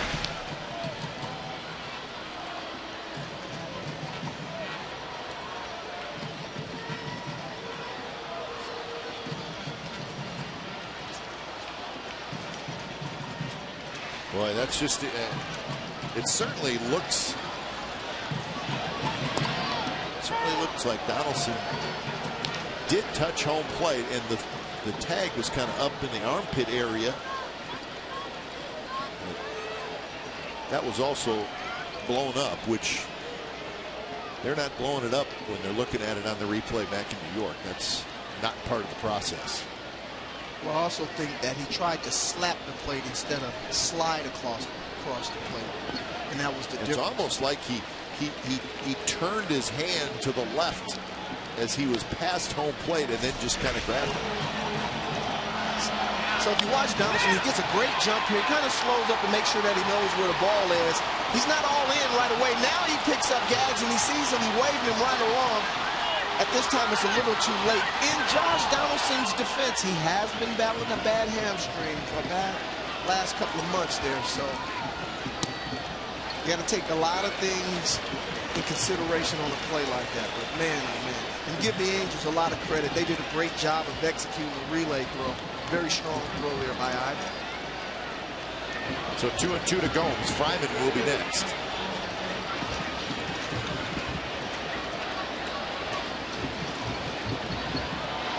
Gomes with a single and a walk. Strike 3 call.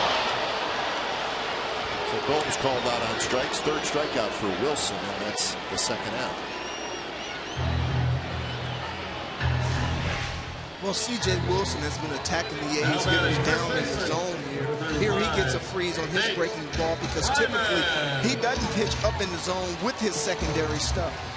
He really thrives on getting back foot knee breakers with his slider, and here he freezes Johnny Gomes up in the zone.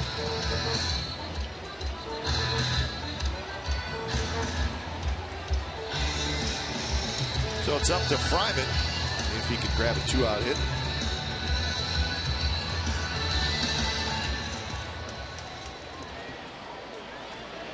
Fryman with a line out and a walk.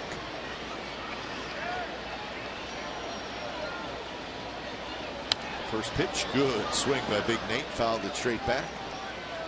If he'd like to have another rip at that pitch, up, out over the plate, which is where he likes it.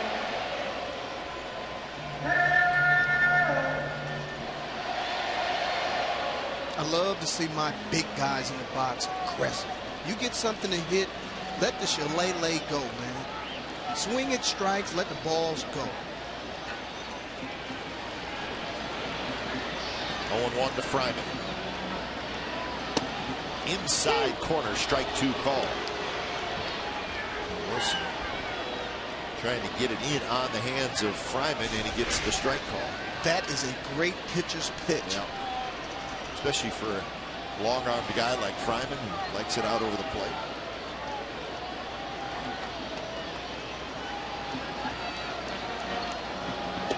Tried to do it again.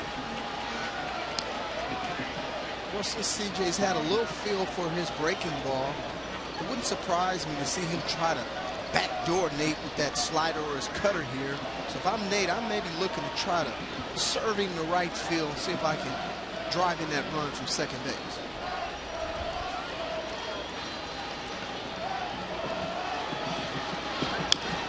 Taps that one foul. Got the breaking ball. Nate kind of rolled over a little bit here. As a hitter, it's so difficult when you get in a 2-strike situation. Now you become a defensive guy. You do everything that you can to extend the bat, foul pitches off. Hopefully the pitcher makes a mistake and gives you something to drop.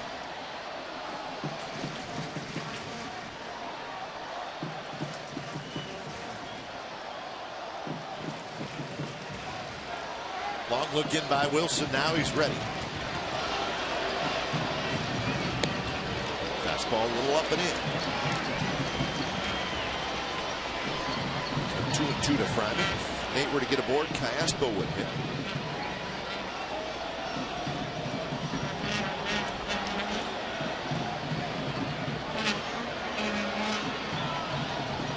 Pitch number 99 coming up for C.J. Wilson. Here it is. And it's tapped toward Beckham, who waits for the big hop. Throws high, and Pujols got his foot back down. Side retired. So the A's looked like they had a run. They did not. Called out at home plate. So we're on to the 7th for 1-0. The A's lead.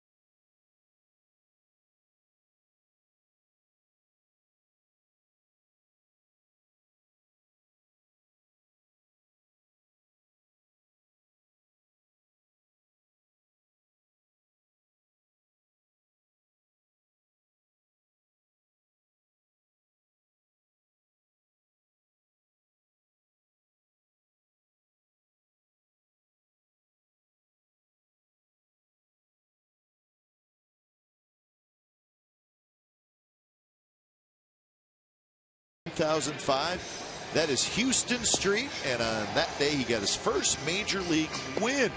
He came out in the top of the 6th with the A's down by a couple of runs, but the A's would score 3 runs in the bottom of the 6th and win the game 7-6. Give Houston Street his first Major League win.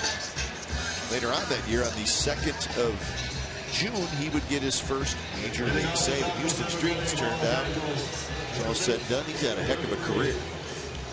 Not too many times a pitcher's drafted out of college as a closer. As a closer, that's right. And retires as well. Yeah. Now with the Angels.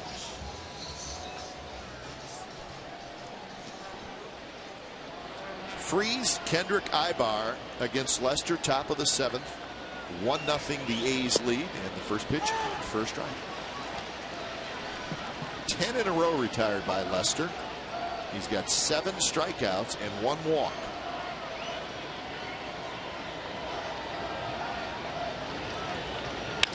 Freeze belts one to left. Gentry back, and it's off the base of the wall, and Freeze is going to have to hustle for second. The tag, and got it.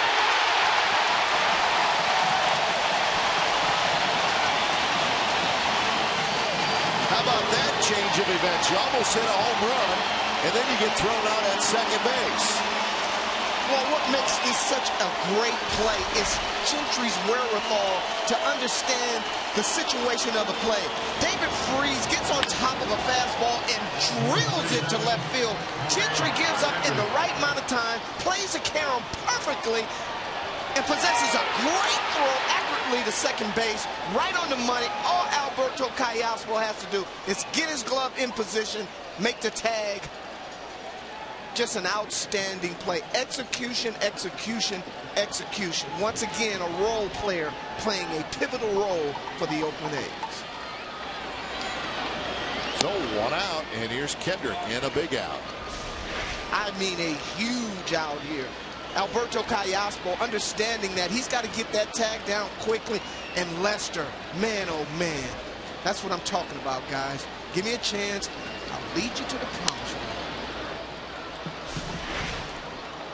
Another close play. Freeze makes a great slide here. He slides to the outside part of the bag, which you're supposed to do because of the way that the play was made and the angle in which the ball was thrown. But Callaspo does a great job of getting the tag down in quick fashion.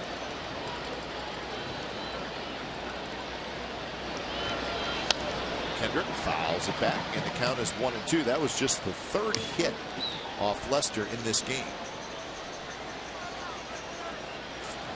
32nd assist for the A's.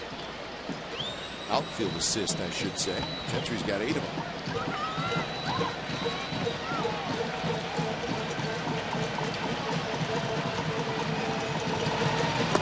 Two pitches down and in.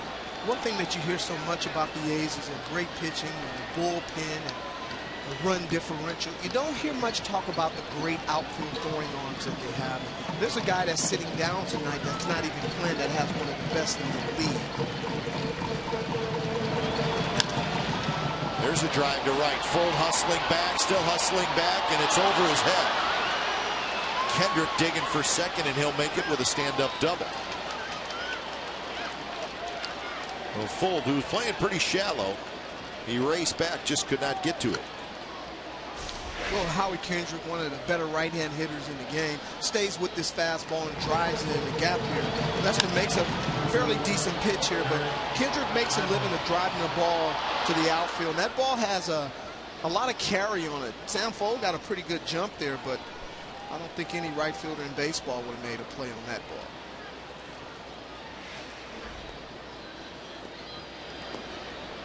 So the tying run at second base for Eric Ibar.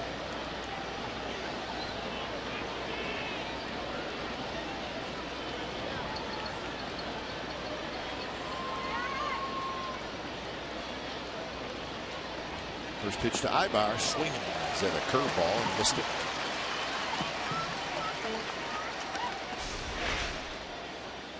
Real good pitch. Ibar, this is the same pitch that he was able to bunt for a base hit here. Lester puts us in a position here that you can't do anything with that pitch. Once again, another chase curveball in the dirt.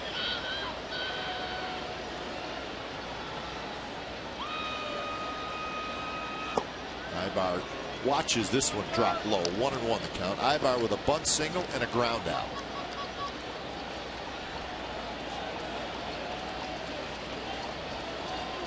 1 for 2 tonight, 2 for 4 last night.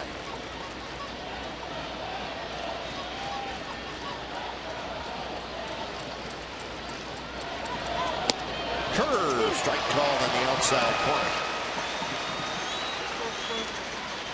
If you get that pitch called a strike, you should be a happy guy if you're John Lester. Well, when you're as good as John Lester, you can throw that curveball anywhere in the zone, inside and out. You possess a very tough challenge for the hitter.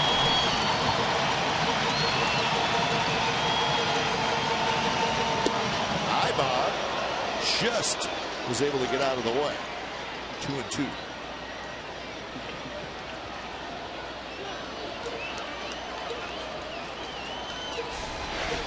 Well, this pitch right here has some intention here.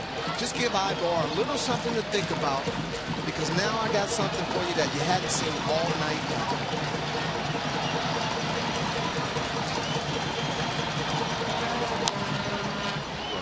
Reach for, rolled foul, so Ibar stays alive. 86 cutter, Glenn. But to the outside part of the plate. Glenn, you've seen all Lester starts here. You watch him tonight, as impressive that he's been. What do you see about him tonight that just makes you say, boy, oh boy, I'm so glad that the A's were able to get this guy. He's always in control. You never see things spiral out of control. The game he pitched here against the Twins, when it was a 3-hit shutout, threw 122 pitches, and he was very, very good that night. But I think this is a significantly better lineup than the Twins had.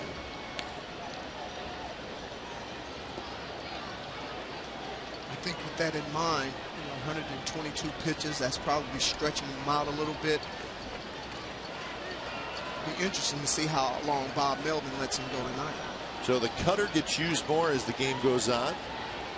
Fastball a little bit less. And a curveball a bit more. Not a lot of changeups though for John Lester.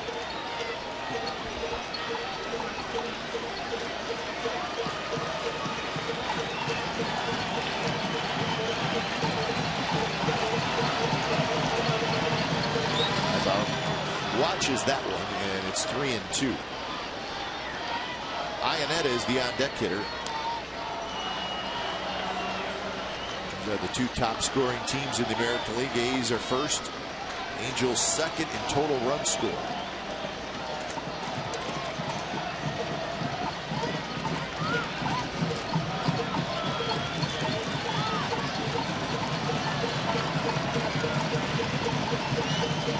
Pitch. Line drive center field. That's a base hit. And this ball game's going to be tied. Kendrick read it perfectly. He took off right on the crack of the bat. And Ibar, who's always a tough out against the Athletics, comes through with a big hit.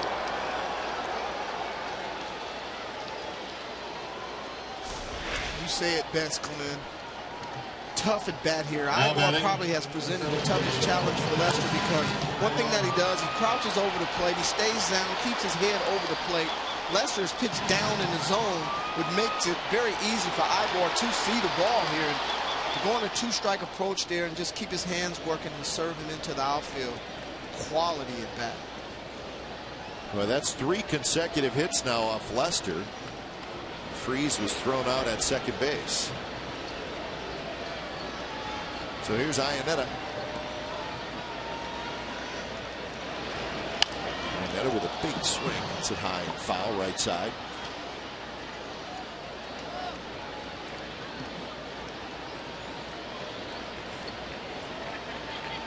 Iannetta with a walk and a ground out to short so far. He struck out to end the game last night.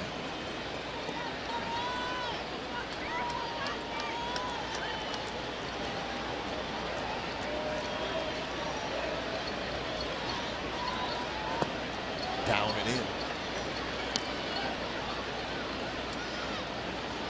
So that was pitch number 100 for Lester.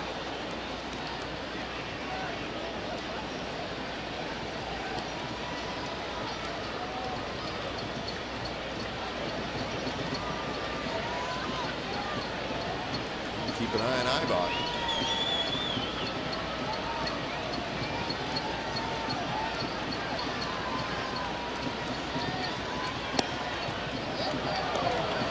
Lester with that long look, which is a good way to freeze a runner. Average pitches per game, Lester 109. Third highest in the American League. Ibar goes, and the ball's bounced just foul past Donaldson. He had a good jump that time. Well, I think Eric Ibar is one of the most underrated shortstops in Major League Baseball. Defensively, he's nearly flawless. Offensively, he hits from both sides of the plate. He makes consistent contact. He has a great feel for the game. He plays with a tremendous amount of confidence. And he's just a very, very tough player. He made the All-Star team for the first time this year, did Eric Ibar.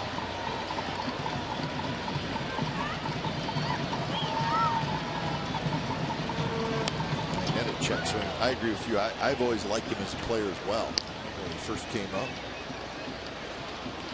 Made a few young player mistakes, but he certainly is a core player for this Angels team. Well, the one knock on him has always been he's a guy who doesn't walk a lot. But the one thing that you don't want to do is turn into somebody he's not, and that's not being aggressive. There he goes. Ball's bounced to Perino. Perino scoops it up, throws, and we get Iannetta. Ibar now at second base.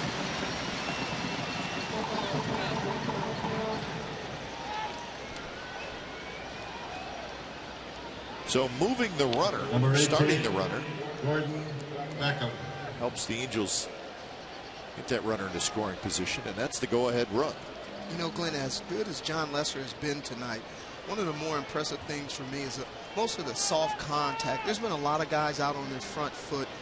We talked about him not using his changeup that much. I just think that his secondary stuff is basically a changeup. I mean, he adds and subtracts with his fastball. He throws his slider and the cutter, both that have a big differential as far as speed is concerned, and that does a great job of keeping hitters off balance. Beckham tries to hold up, and he did.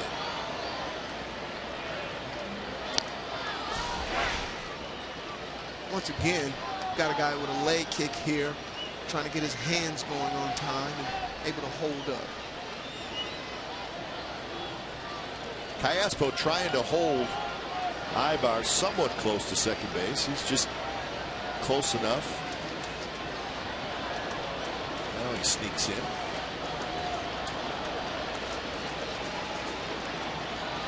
Outside 2-0 to Beckham.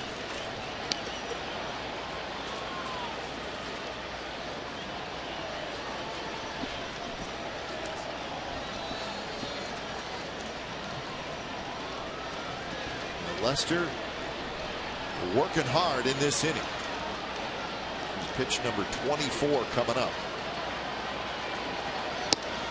Ibar goes, and he's going to steal third without a throw. The pitch was called a strike. I know the Angels play an aggressive style of ball. Somewhat surprised to see Ibar go in a situation here with 2 outs. Understanding the situation, basically trying to make the catcher make a mistake by perhaps throwing the ball away. Takes a big time chance, but they always tell you if you go, you better run.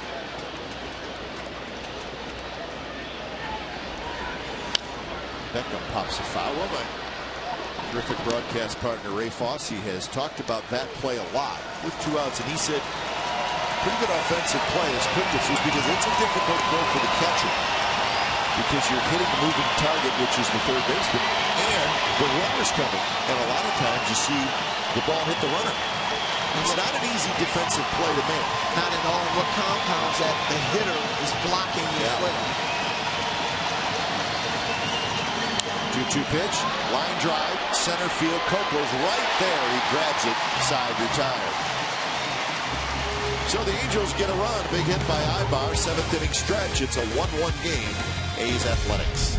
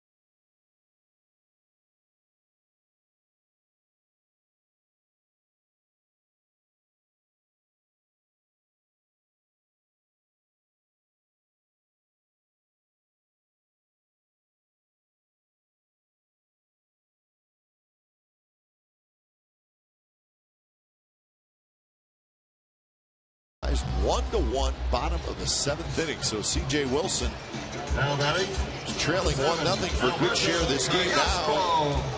Well, he's got new life.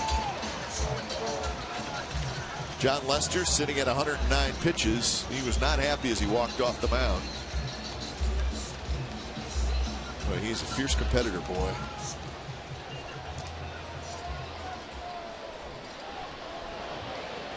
Not that it means anything, but that's a good game face he throws out there.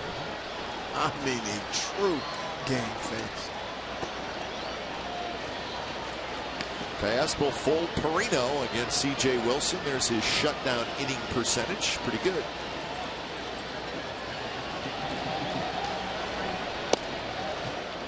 Callaspo with a single, and then he hit into a double play. So 1 for 2.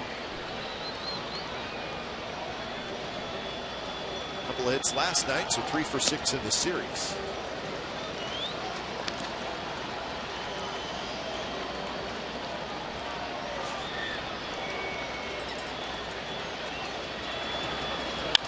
There's a shot to Kendrick, who is shaded towards second base, and that certainly helped him make that play. So Callaspo hit it hard, but right at Kendrick, 1 out.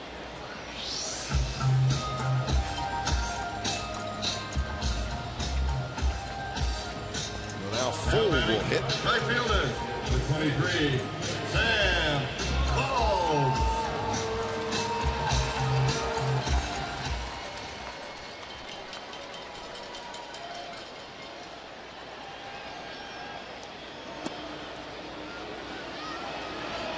So Full, who had an RBI single in the 2nd inning and then grounded out in the 4th. 1 for 2.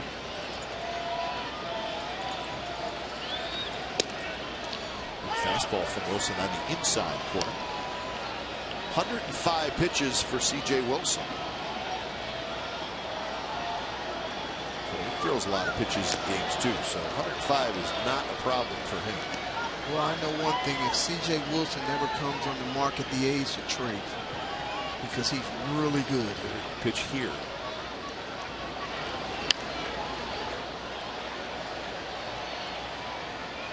He's a fast worker, throws strikes, competes. Look at that. Led the majors last year in pitches, average pitches per game.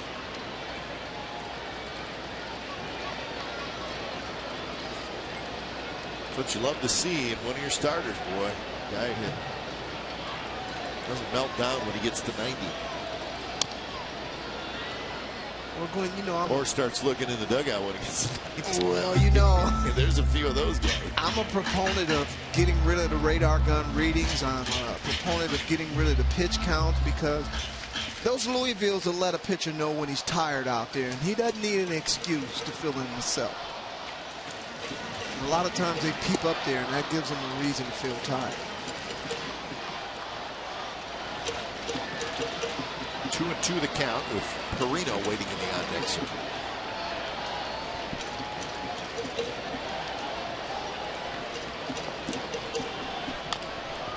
Tapped slowly toward Kendrick, who charges, and he kicked it and folds aboard. Almost looked like Shooty, he wasn't sure whether to stop and field it or charge it completely and field it on the run, and he kind of was right in between doing both. Well, when they say you guess wrong.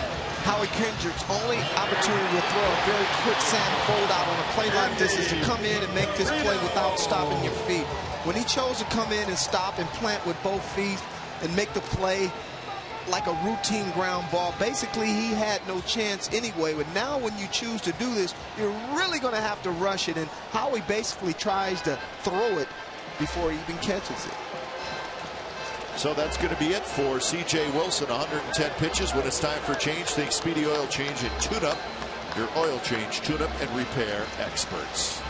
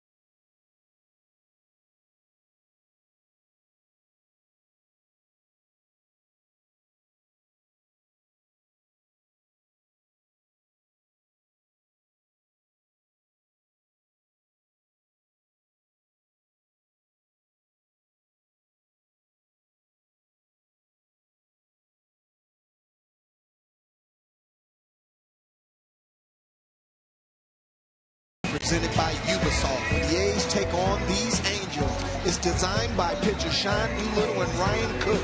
The Bullpen Unicorn Backpack is the season's most magical giveaway.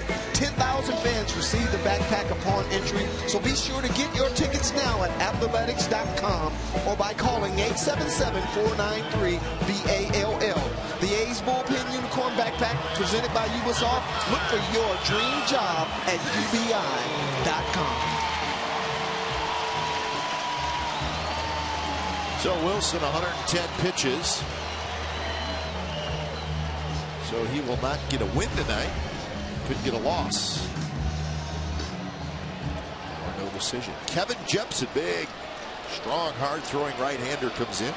And he's going to face the pinch hitter, Jaso. Jaso takes the first pitch strike.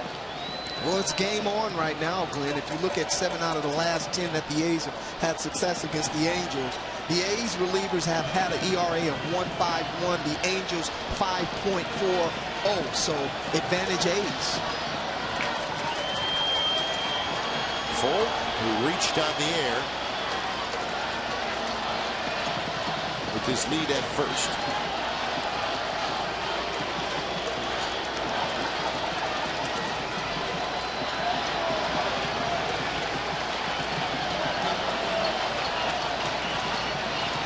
.265 the average for Jaso. He's got a double and a home run in his career against Jepson. But Crisp is the on-deck hitter.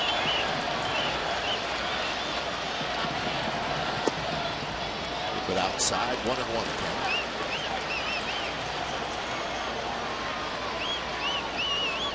Not a good number for Jepson. Inherited runner stranded. Stranded is 58%. Situation, he's inheriting 1 runner.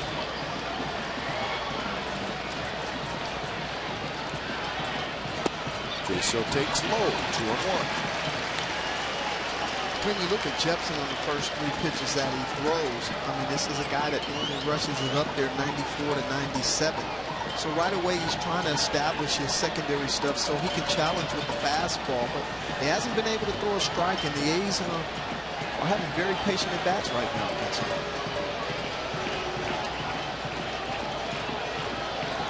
Quick throw forward with a head first dive.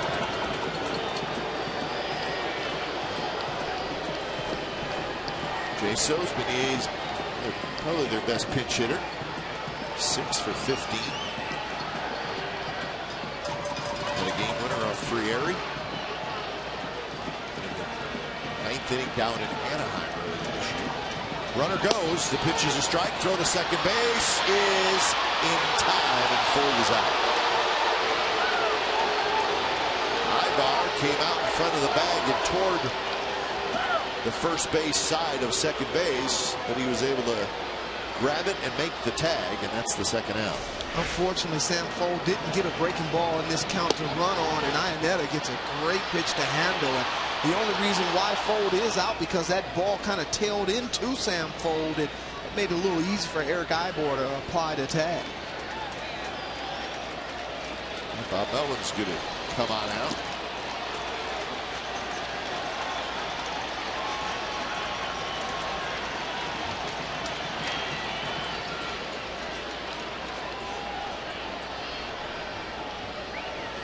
Bob Melvin lost his challenge on the Donaldson play earlier. It was a coach's challenge. Manager's challenge, I should say. But you can go out as the manager and talk, state your case, and try to get the umpires to look at it on their own. And that's what Bob's doing, and maybe he's got a case. Let's see. Is there a tag? He never tagged him, see? So Sam Ford is safe. There is at least 7 inches of daylight As this is a crew chief in between them. Well, it made it look like he tagged him, because from my angle, the way that the ball tailed in on the play, when Ibar caught the ball, it looked like the time that he arrived at the bag, the ball was on his glove as well. Let's see. Was there a tag? No, they did get him. That's what I saw. Oh, yeah. Good call shooting. So it's amazing how the one replay looked like he never tagged him, but he tagged him right when he caught the ball. Almost like the ball, the glove, and Sam Folt's body all met at the same time. At the exact same time. Ibar never had to apply the tag. So the call stands. That's a nice play by Ibar, because you got a little contact there, and a lot of times you see the ball scored out of his glove and who knows where it goes. But so Sam Folt called out. On the field is confirmed. Well, Glenn, you're a former infielder. You know it's very difficult when that ball is tailing in like that to stick your arm in there on a play like that anyway. Just that play alone, you look at how close Ibar is to really getting his wrist jammed. Very close.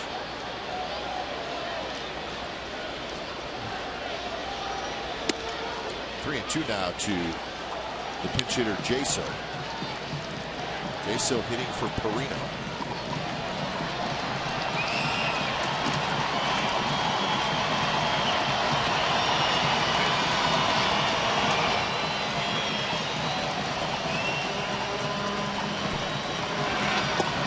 Struck him out. Took a little off, had some nasty movement. So nothing for the A's in the bottom of the 7th, and we're on to the 8th. It's a 1-1 game.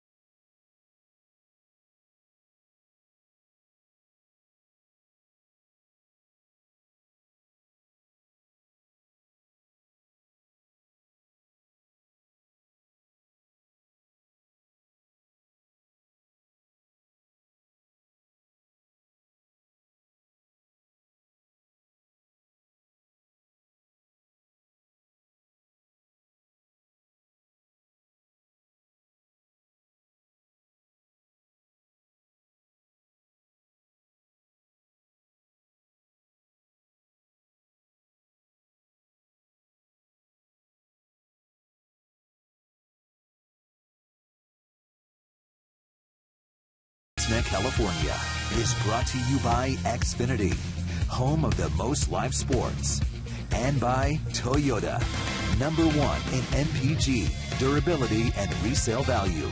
Toyota, let's go places. 1-1 game, top of the 8th inning.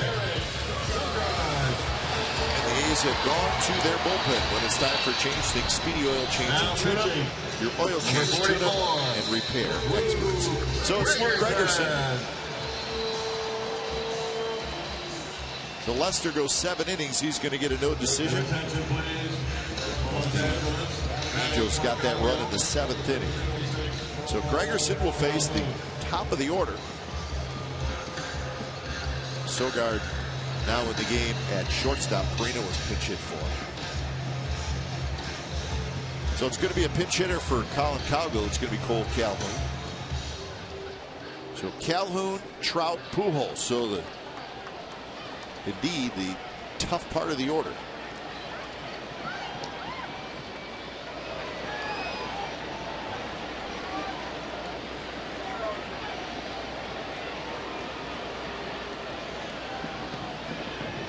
First pitch to Cole Calhoun is off speed, and it's up and away. Calhoun was 0 for 4 last night. It's not really a platoon, but Cowgill will get a start occasionally against a left-handed pitcher in place of Calhoun. Calhoun's season so far, I think, warrants him playing pretty much all the time. Well, just to have the options of guys like Cowgill, in which the A's have a lot of players that are similar like that, just give the managers so many different things that they can do.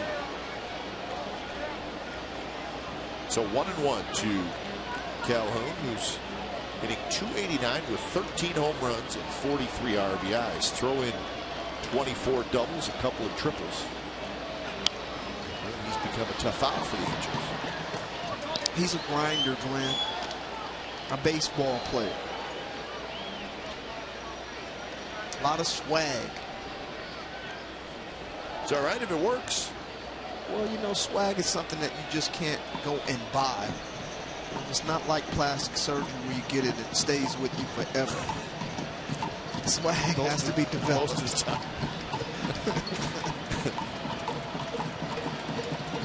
They got shows on TV about that.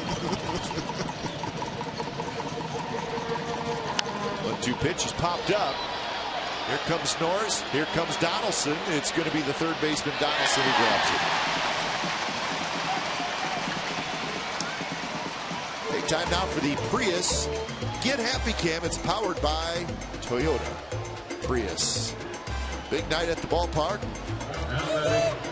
With the Angels in town, first place on the line, a sellout crowd. You got fireworks after the game, so a very good reason to come on out. Come back tomorrow too. It'll be a 5:05 first pitch tomorrow night. It'll be the nationally televised game. And then the A's will board a late night flight and head to Houston. 3 in Houston, Monday, Tuesday, Wednesday. 4 in Anaheim, Thursday, Friday, Saturday, Sunday. Here's Trout. First pitch is a good one on the outside corner.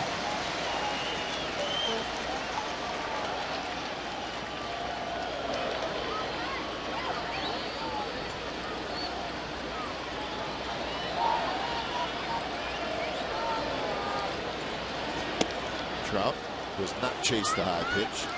So there's Houston and then Anaheim. So when the A's come back home from this upcoming road trip, it'll be September. How about that? The Mariners will be here for 3.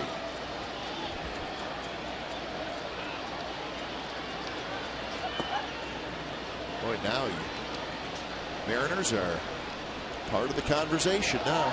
Well, you used done a good job this year. You used to circle the Mariners on the schedule. You were fine as long as you weren't facing the big guy. Absolutely. He's will play the Mariners 6 more times. Angels will play the Mariners 7 more times. Trout reaches for it. A little pop-up. Fryman coming over. Foul territory. 2 outs. The A's did a great job with Mike Trout. In fact, we've seen Trout take some off-balance and, quite frankly, not great swings tonight, and you just do not see that very often. You stole my magic, Glenn. The one thing that you don't see is Mike Trout off balance. This is a guy that has a short swing and has tremendous leverage, which makes him so successful as a hitter. But the A's have done such a great job of pitching him backwards, throwing him fastball and breaking ball counts, and in reverse, throwing him breaking ball and fastball counts, keeping him guessing, keeping him shaking his head on the bench. So 0 for 4. Here's Pujols. Pujols has reached out a fielder's choice. He has an infield single, and he hit a fly ball to left field. You've got to give the pitchers on both sides. They've done a tremendous job of holding the hitters up top in the lineup and in the middle in check tonight.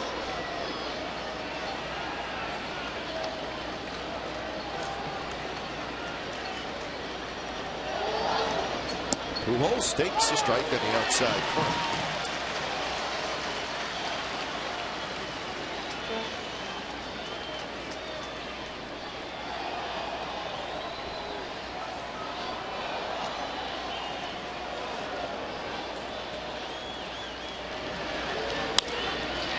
bounced right up the middle, but right there is Callaspo. He was playing the shift. Side retired. So Gregerson has a 3-up, 3-down inning. Bottom of the 8th coming up. These are on the top of their order when we come back.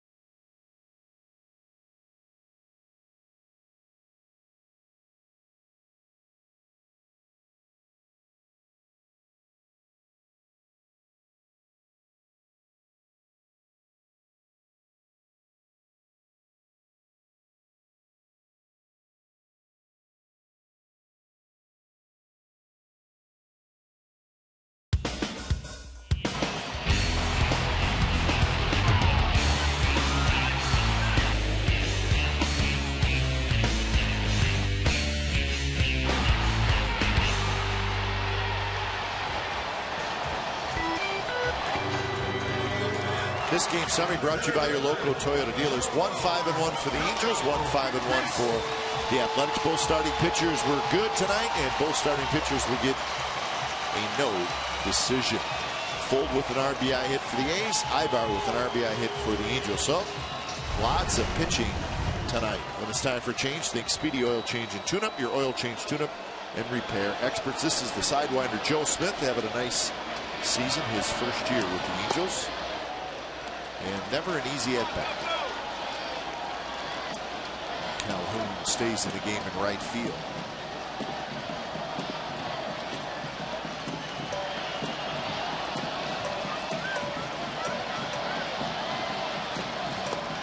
Coco thought about taking a rip at it, laid off, but it's called a strike. Coco's 0 for 3 tonight.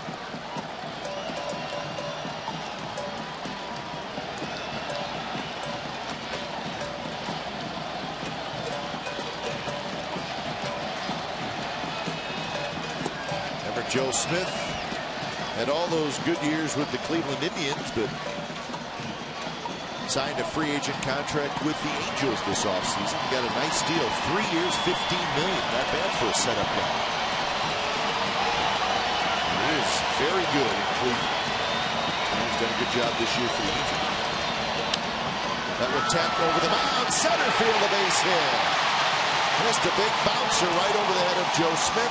And Coco has his first hit, leading off the bottom of the 8th. One thing you cannot do as a hitter when you're facing a guy like Joe Smith, who creates sync with his ball, is try to elevate him. Coco Chris does a great job of getting on top of the sinker and just pounding it in the ground and hitting him right back up the middle.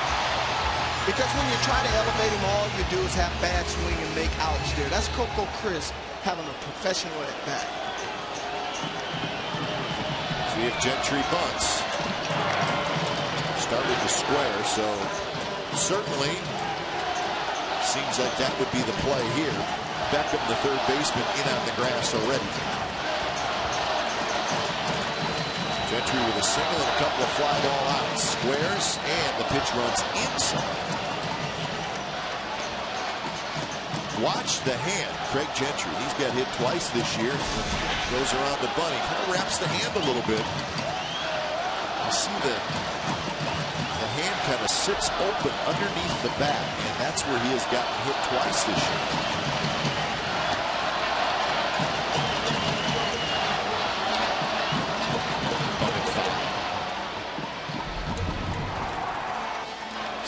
see how the hand is exposed underneath the bat. And it was bumping, and it was a broken bone in that hand. Well, you don't normally worry about a hitter getting hit in the hand when he squares around. It's that finger in which he pinches the bat with. You always teach a hitter to get that finger back there so you don't expose it. And unfortunately for Gentry, that ball just hunted him like scalded, like somebody wanted to get it. Let's see if he's tucking that hand behind the bat a little bit. Not really. And it's pretty much the same thing. And he almost got hit there. In the exact same spot. And he did get hit.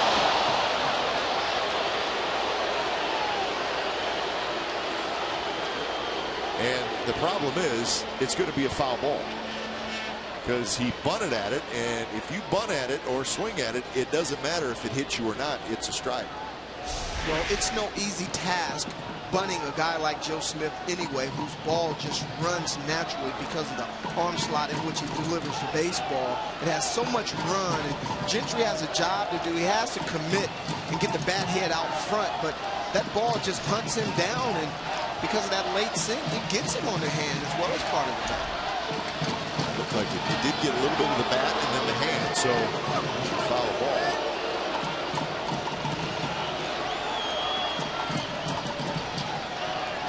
So the count 1-2. Coco inches away.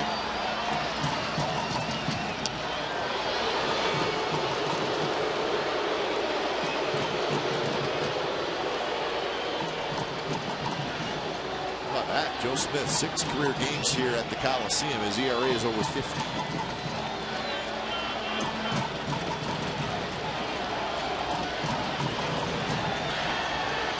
Gentry not bunting, takes the slider down and away. Donaldson to follow, then it would be Norris.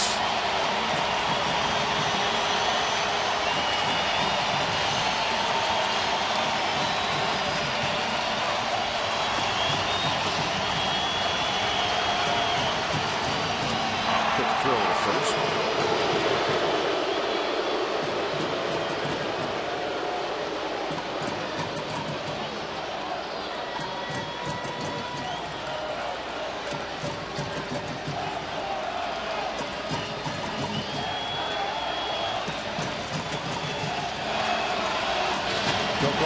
Pitches hit up the middle. Smith knocks it down.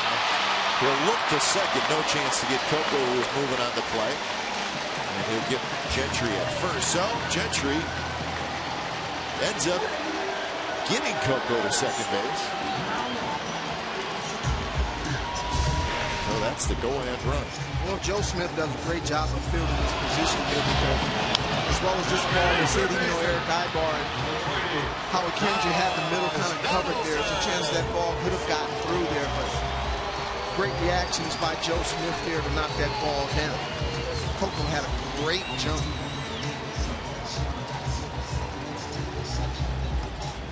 So see who's going to be a hero and not getting the go-ahead run here at the bottom of the 8th inning. Donaldson and pop out to second, a fly ball to right, and a walk. 2 for 5 in his career against Joe Smith.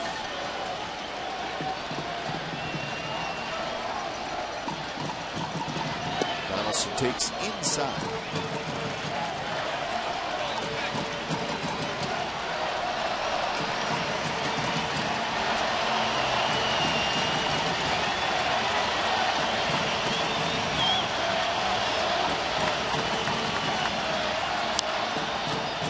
Big swing, bounces it toward his own dugout.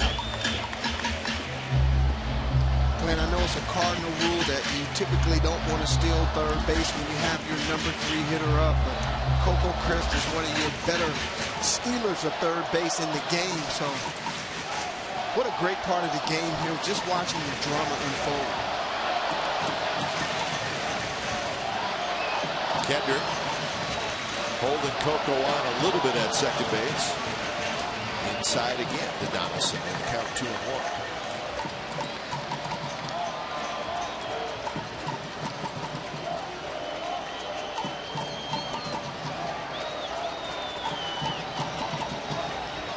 else is final in the American League except this battle here at the Coliseum. 2-1. Donaldson waits. He taps this one to Kendrick, who comes in a couple steps, and Donaldson is retired. Coco to third, but now they're 2 outs.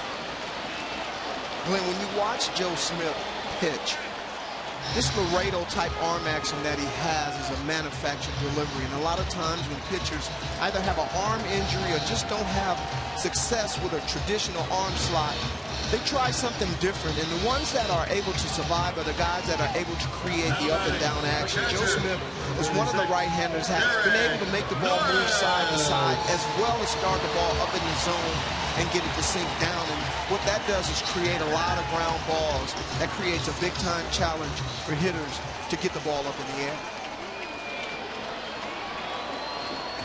So it's up to Norris here in the 8th.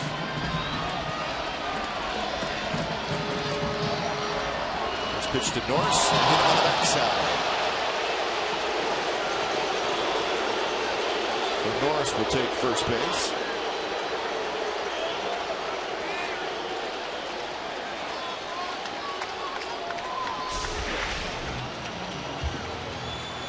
Lot of run. Your attention, Joe please. Smith's fastball. Ladies and gentlemen, for the As a hitter, Athletics. one thing that you want to do, if you are going to want to, if you do take one, you want to take it on the backside of Derek Norris did.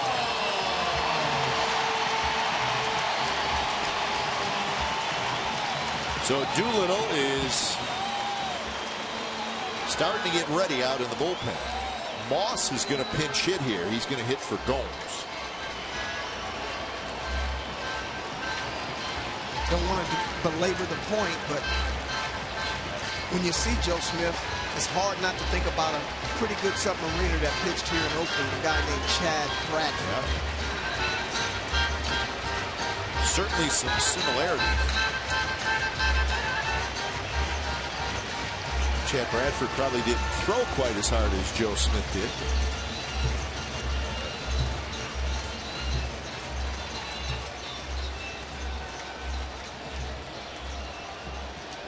So a quick meeting at the mound is over.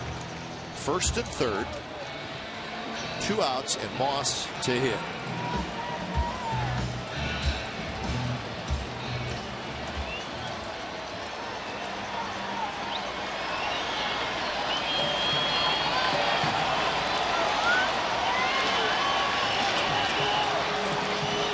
First pitch to Moss is a bit high. Moss 0 for his last 13.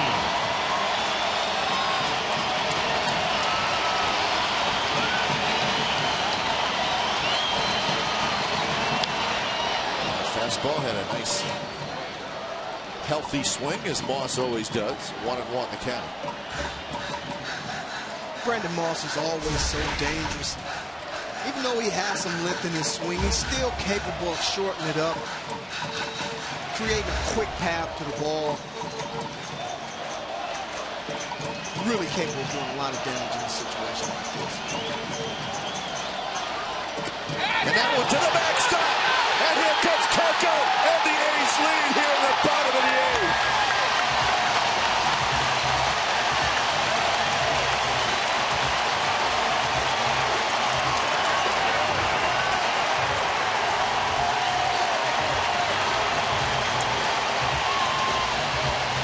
Massive mistake by the Angels, and the A's score a run here in the bottom of the 8th to take the lead. Well, it's quite obvious that he was having trouble with his release point, trying to get Gentry to butt into a sacrifice out here. Here in a situation where he has to throw a strike, still missing on the inside or the outside part of the plate to a left-handed hitter.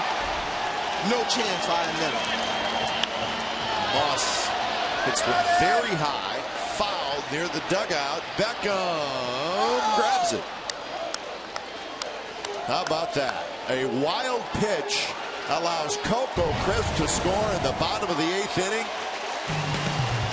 And we are headed to the 9th, folks.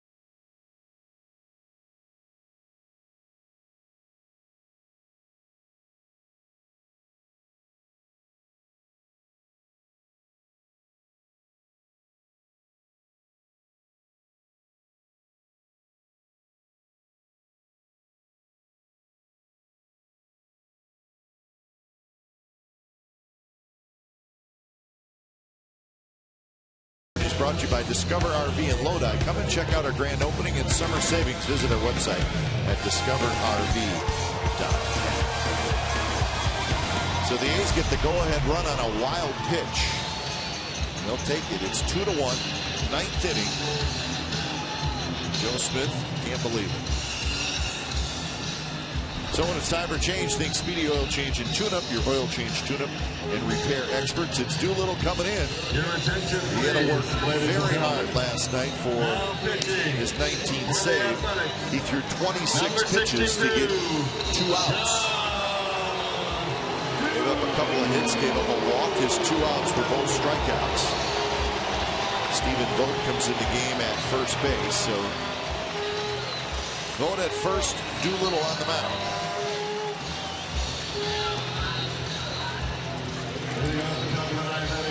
Number 32, Josh Hamilton.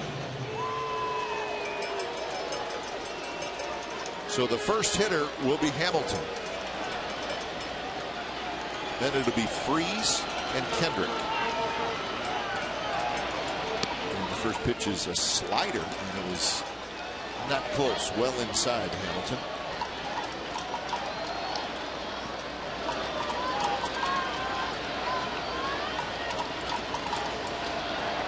Hamilton is 0 for 3. Swing and a miss. Fastball down around the knees. 1-1 count.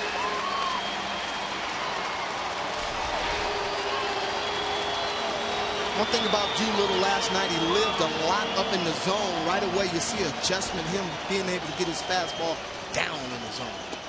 And a slider, 1-2. A what, Glenn? A slider. He's thrown 2 in this at bat. Oh, my stars. If he's got that working, it's going to be very difficult for the Angels. But just that in the back of their minds is a challenge within itself.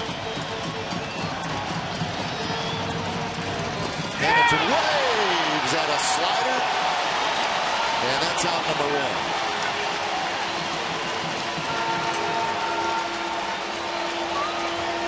Tonight's Cold Hard Facts are brought to you by Frost Brew Coors Light. Best strikeout walk ratio in Major League history. Going back to 1914. Dennis Eckersley is on top in back-to-back seasons. And Sean Doolittle is 4th.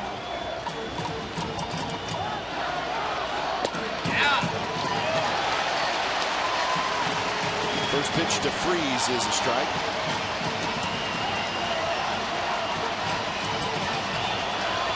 Freese had a hit against Doolittle in the 9th inning last night.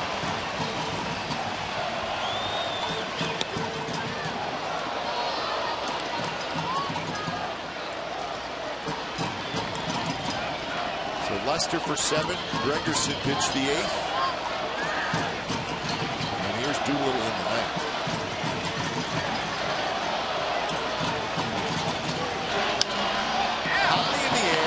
Routine to Sam Foley, who barely has to move. 2 outs.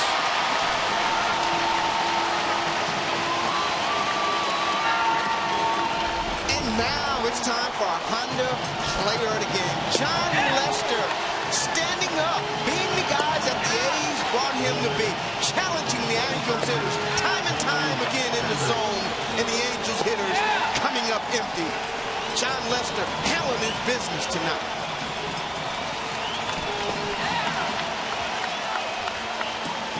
So here's Kendrick. First pitch, base hit right center field. Kendrick kind of inside out of that pitch, so he's 2 for 4.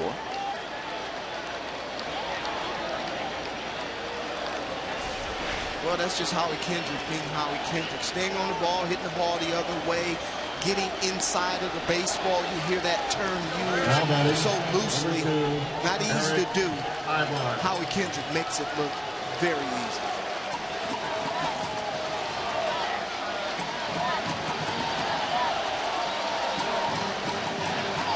So Ibar 2 for 3, couple of singles and an RBI. 6 for 11 against Doolittle in his career. First pitch popped up. Coming back is Norris, and he's going to run out of room.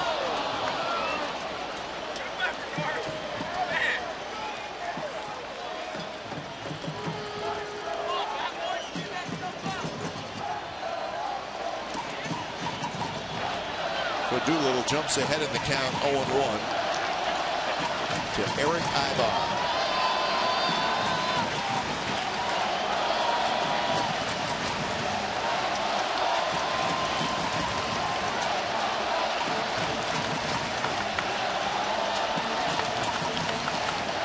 Short lead for Kendrick at first. This one's popped up foul. And another high fastball. Ibar one after it, fouled it back. And now Doolittle is in the driver's seat ahead 0-2. A very tough challenge for Ibar, kid who sits in the crouch and try to come out of it against a guy with an elevated fastball. Unless you're Ricky Henderson, pretty tough to do.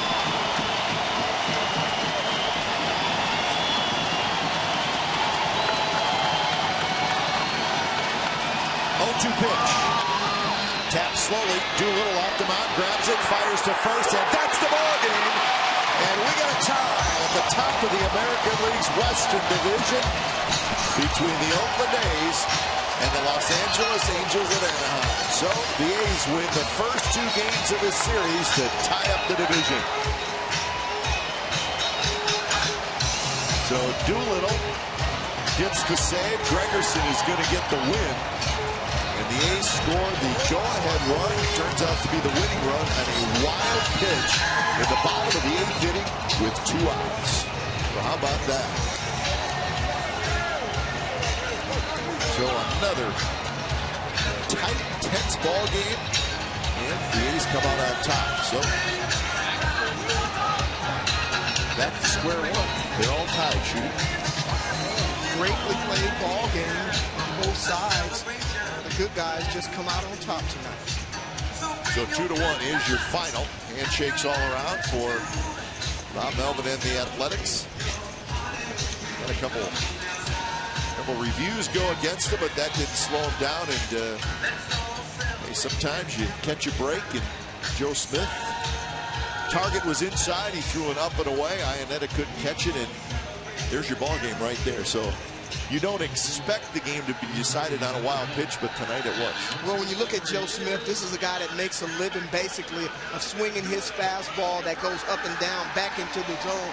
Early on, he showed you that he was having difficulties with his command because everywhere that he missed was on the inner half. I mean, Gentry, he couldn't get him to even commit a sacrifice bunt, should I say, and that's where his problem started. And John Lester very good again tonight. 7 shutout innings, or not shutout, to give up the 1 run, but gets a no decision. But he was terrific. Sam Fulton got a big hit in this game, just like last night, and Sam is standing by downstairs. And boy, another terrific ball game. Sam, tell us about the atmosphere these last 2 nights, because I know the postseason starts in October, but it has felt like the postseason last night and tonight. Yeah, I mean, I'm just looking around right now. It's nobody's leaving. It's unbelievable. The energy in here is pretty incredible. So it's been like that the last 2 nights. Can't really ask for much more as players. This is a great place to play, and there's no doubt that they helped us, win these last 2 games. Sam, what's it been like for you? Such a roller coaster ride. You start out great with this organization. You leave and go away. You come right back, right in the heart of it. How fun is it for you?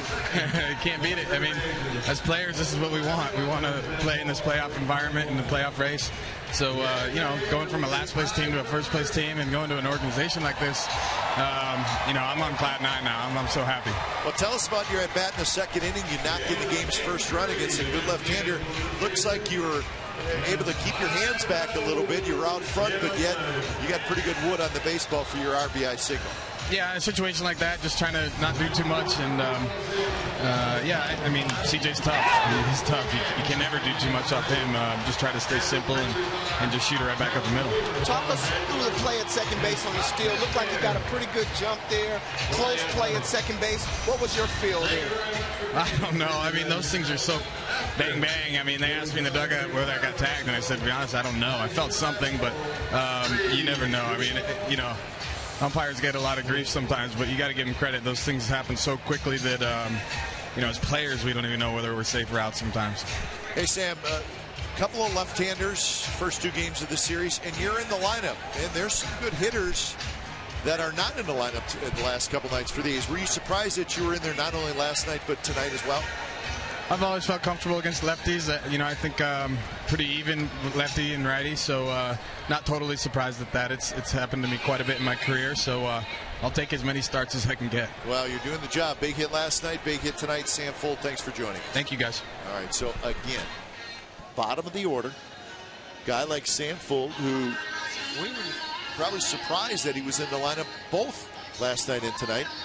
And guys know what they're doing down in the dugout because he comes through with a big hit last night and tonight, and that's what this A's team is all about. Well, so much to be said about a lineup 1 through 9. If you look at both starting pitchers tonight, they did a tremendous job of maintaining the attack by the guys at the top of the lineup and the middle of the lineup. Pujols, Trout, Hamilton, they had no effect in this game. It was the guys that have roles in this lineup that made the outcome what it was, and they did a tremendous job. Now, Shooty, we don't want to end on a sour note, but Sean Doolittle, when he got the final out, he winced a little bit, and as he walked off, he was holding his side a little bit. Don't know anything about it. It's just what we see. And his throw to first didn't really let it go. So, again, we have not heard anything. We don't know anything.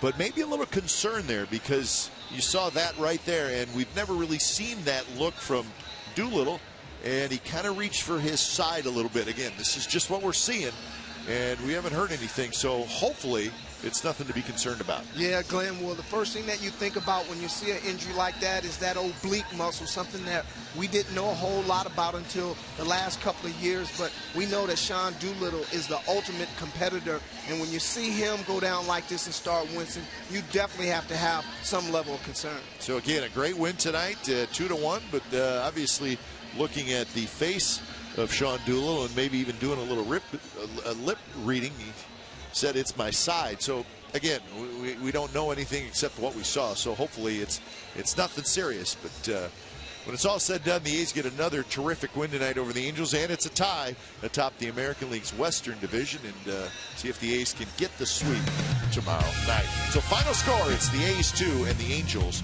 1. You've been watching Oakland A's baseball on Comcast Sportsnet California.